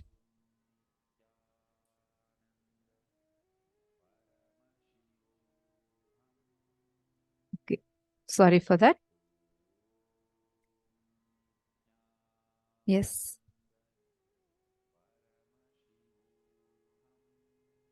So I was just answering about these powers. See, Malusi, whichever loka you are traveling to, or by being here itself, if you manifest certain powers, whenever you manifest some powers by being in intense oneness, automatically you are empowering your Janaloka identity. So, any type of power that you want, you can automatically download that into you using your feeling connection with Swamiji. See, like how we all have our 4G, 5G internet, the best Wi-Fi to be connected with. Like you have all these Wi-Fi's, right? Like internet you're connected with and connected with 4G or 5G, and then you're downloading all your apps. If you are connected to Swamiji, you are connected to the best ever internet, or I don't know what to say, because all the powers that are there in the universe, you can just download it and access it. It is that easy, that simple, and that sweet. All you need to do is just enjoy your feeling connection, and he just gushes into you and manifests any power that you want. And that's what has happened so many times with so many balasans. Actually, I remember one of the kids, when she was to write a French exam, she had like playing, and she was like playing and doing all the temple rituals and didn't focus on learning, studying. And the exams have a certain specific way that you should study in a particular specific way, and you should answer only using those exact words and all, right? So she was learning French. One Gurukul kid, she was learning French. And the French, there was, the mentor came. Actually, she was learning 1 or I think 2 years ahead of her. Like she was to do 10th grade, but she was attempting for 12th grade. So the mentor came and asked, see, you have 2 more years. Do you really want to attempt this exam? You have this exam in next 1 week. You have a French listening exam, meaning they'll play a French audio and you're supposed to write based on whatever you hear. Do you really want to attempt it now? Because you need a lot more preparation. Or do you want to attempt it 2 years later? Gurukul teachers are not really like how you see in the outer world. The very schooling system is completely different. That's why the kids attempt things much ahead of their age. We had kids that were just 10 years old who did the 10th exam very successfully. So the kid said, no, I really want to do this. I'm sure I'll be able to do it. And 1 week passed. She prepared with whatever she could. She went to the exam. And once she went to the exam, the French accent and what she was trying, she was listening. Like she goes to that examination hall and she sits, they play an audio. The audio is played twice and then she's supposed to write. So the audio starts playing and she is like, oh my God, I am not able to understand the word. She was freaking out. So the first entire time when it was played, she could not hear anything. And then second time they are playing, then she's like, Swamiji, you should save me in this. And she's like praying to Swamiji and saying, Swamiji, somehow save me. I don't know what to do. All of a sudden, the audio, the recorder from which the audio was playing, just stops towards the end. It just stops. It crackles and just stops. And she hears Kalabhairava Ashtakam playing inside of her. And she knew Swamiji is only doing this. And immediately, in a few minutes, the recorder starts working properly. And because of the glitch that happened, the examiner was forced to play the whole audio twice. And she listened to the whole thing and she knew all the answers and aced the exam. That cool is Swamiji. Swamiji is like, he's available for us. And anything you want, you can just connect to him. He will download the powers into you. He will manifest for you in such sweet ways. See, even at the very first attempt, if she had known all the answers, she would not be remembering it as her sweet moment, like how she would be remembering with all of these things. You know, whenever that adventure is there, it adds a lot more thing. You'll feel like, oh my God, yes, it was Swamiji who manifested. You'll understand that, yes, it is a manifestation, a miracle that has happened. And just for that, Swamiji will manifest it for you. Yeah, I see Ma Lucy's with wide smile.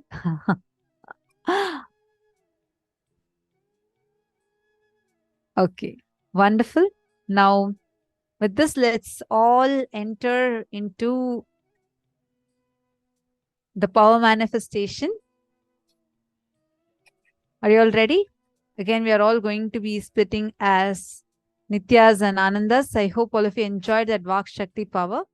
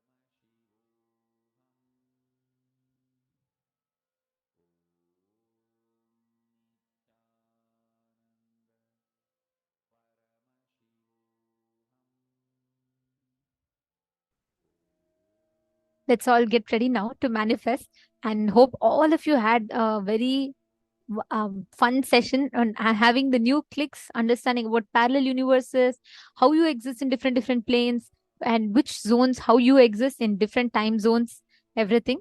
So now it is time for all of us to enter into the power manifestation. So come on, let's all get started.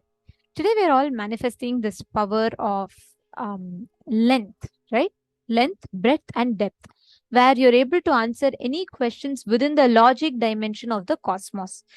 Now, for this, in order to manifest this power, I request every one of you to please pair up with one of the partners of your choice. Please connect to a partner. And you're all going to be manifesting this power of being able to answer any science related questions. So basically, your partner is going to ask you any questions. Like, for example, what is the chemical composition of paracetamol? You should be able to tell that, right? So you will be able to see and answer any questions which explains, any science related questions which falls under the category of science. So you will be able to scan, you will actually be able to see the different chemical names that will come. And you can scan through the third eye and tell. Let's keep it very short and quick. We have a lot to learn. And most importantly, darshan preparation will be starting very soon. And these sessions that we are having is a must attend session for today's initiations. So if any of you want your friends or your loved ones to attend today's program and receive the initiation, please get them ASAP, because they should not miss these sessions, which is a very important preparatory process for today's initiation. So I request all of you to please take a few minutes, make sure you're reaching out to your friends, family members, and please get them for the session. If any of you are having your friends or someone that you want to get them for joining in to manifest, please go ahead and bring them. Yes. Now we will be manifesting the power of answering science questions. So it's going to be very simple and very fun. You all can team up as Nityas and Anandas.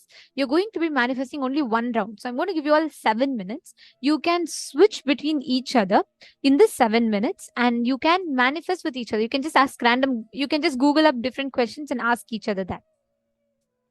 All right. Okay. So let's all get started. Please sit straight with your head, neck, and spine in a straight line.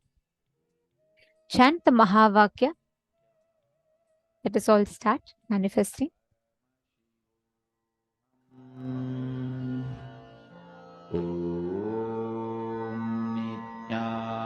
Nithyananda Paramashivoham.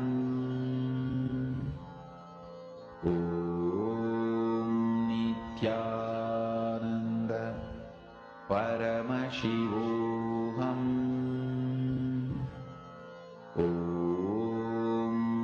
Nithyananda Paramashivoham.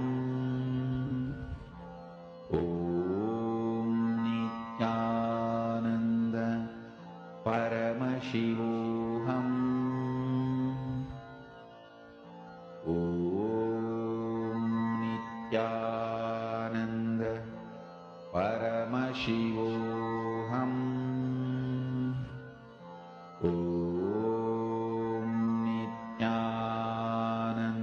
Paramashivoham.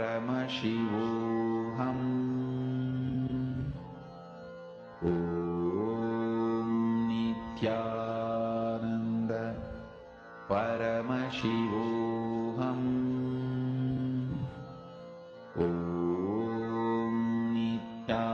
Nithyananda Paramashivoham. Nithyananda Paramashivoham.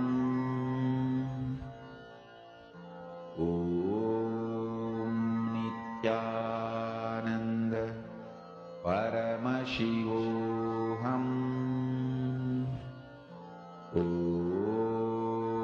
Nithyananda Paramashivoham.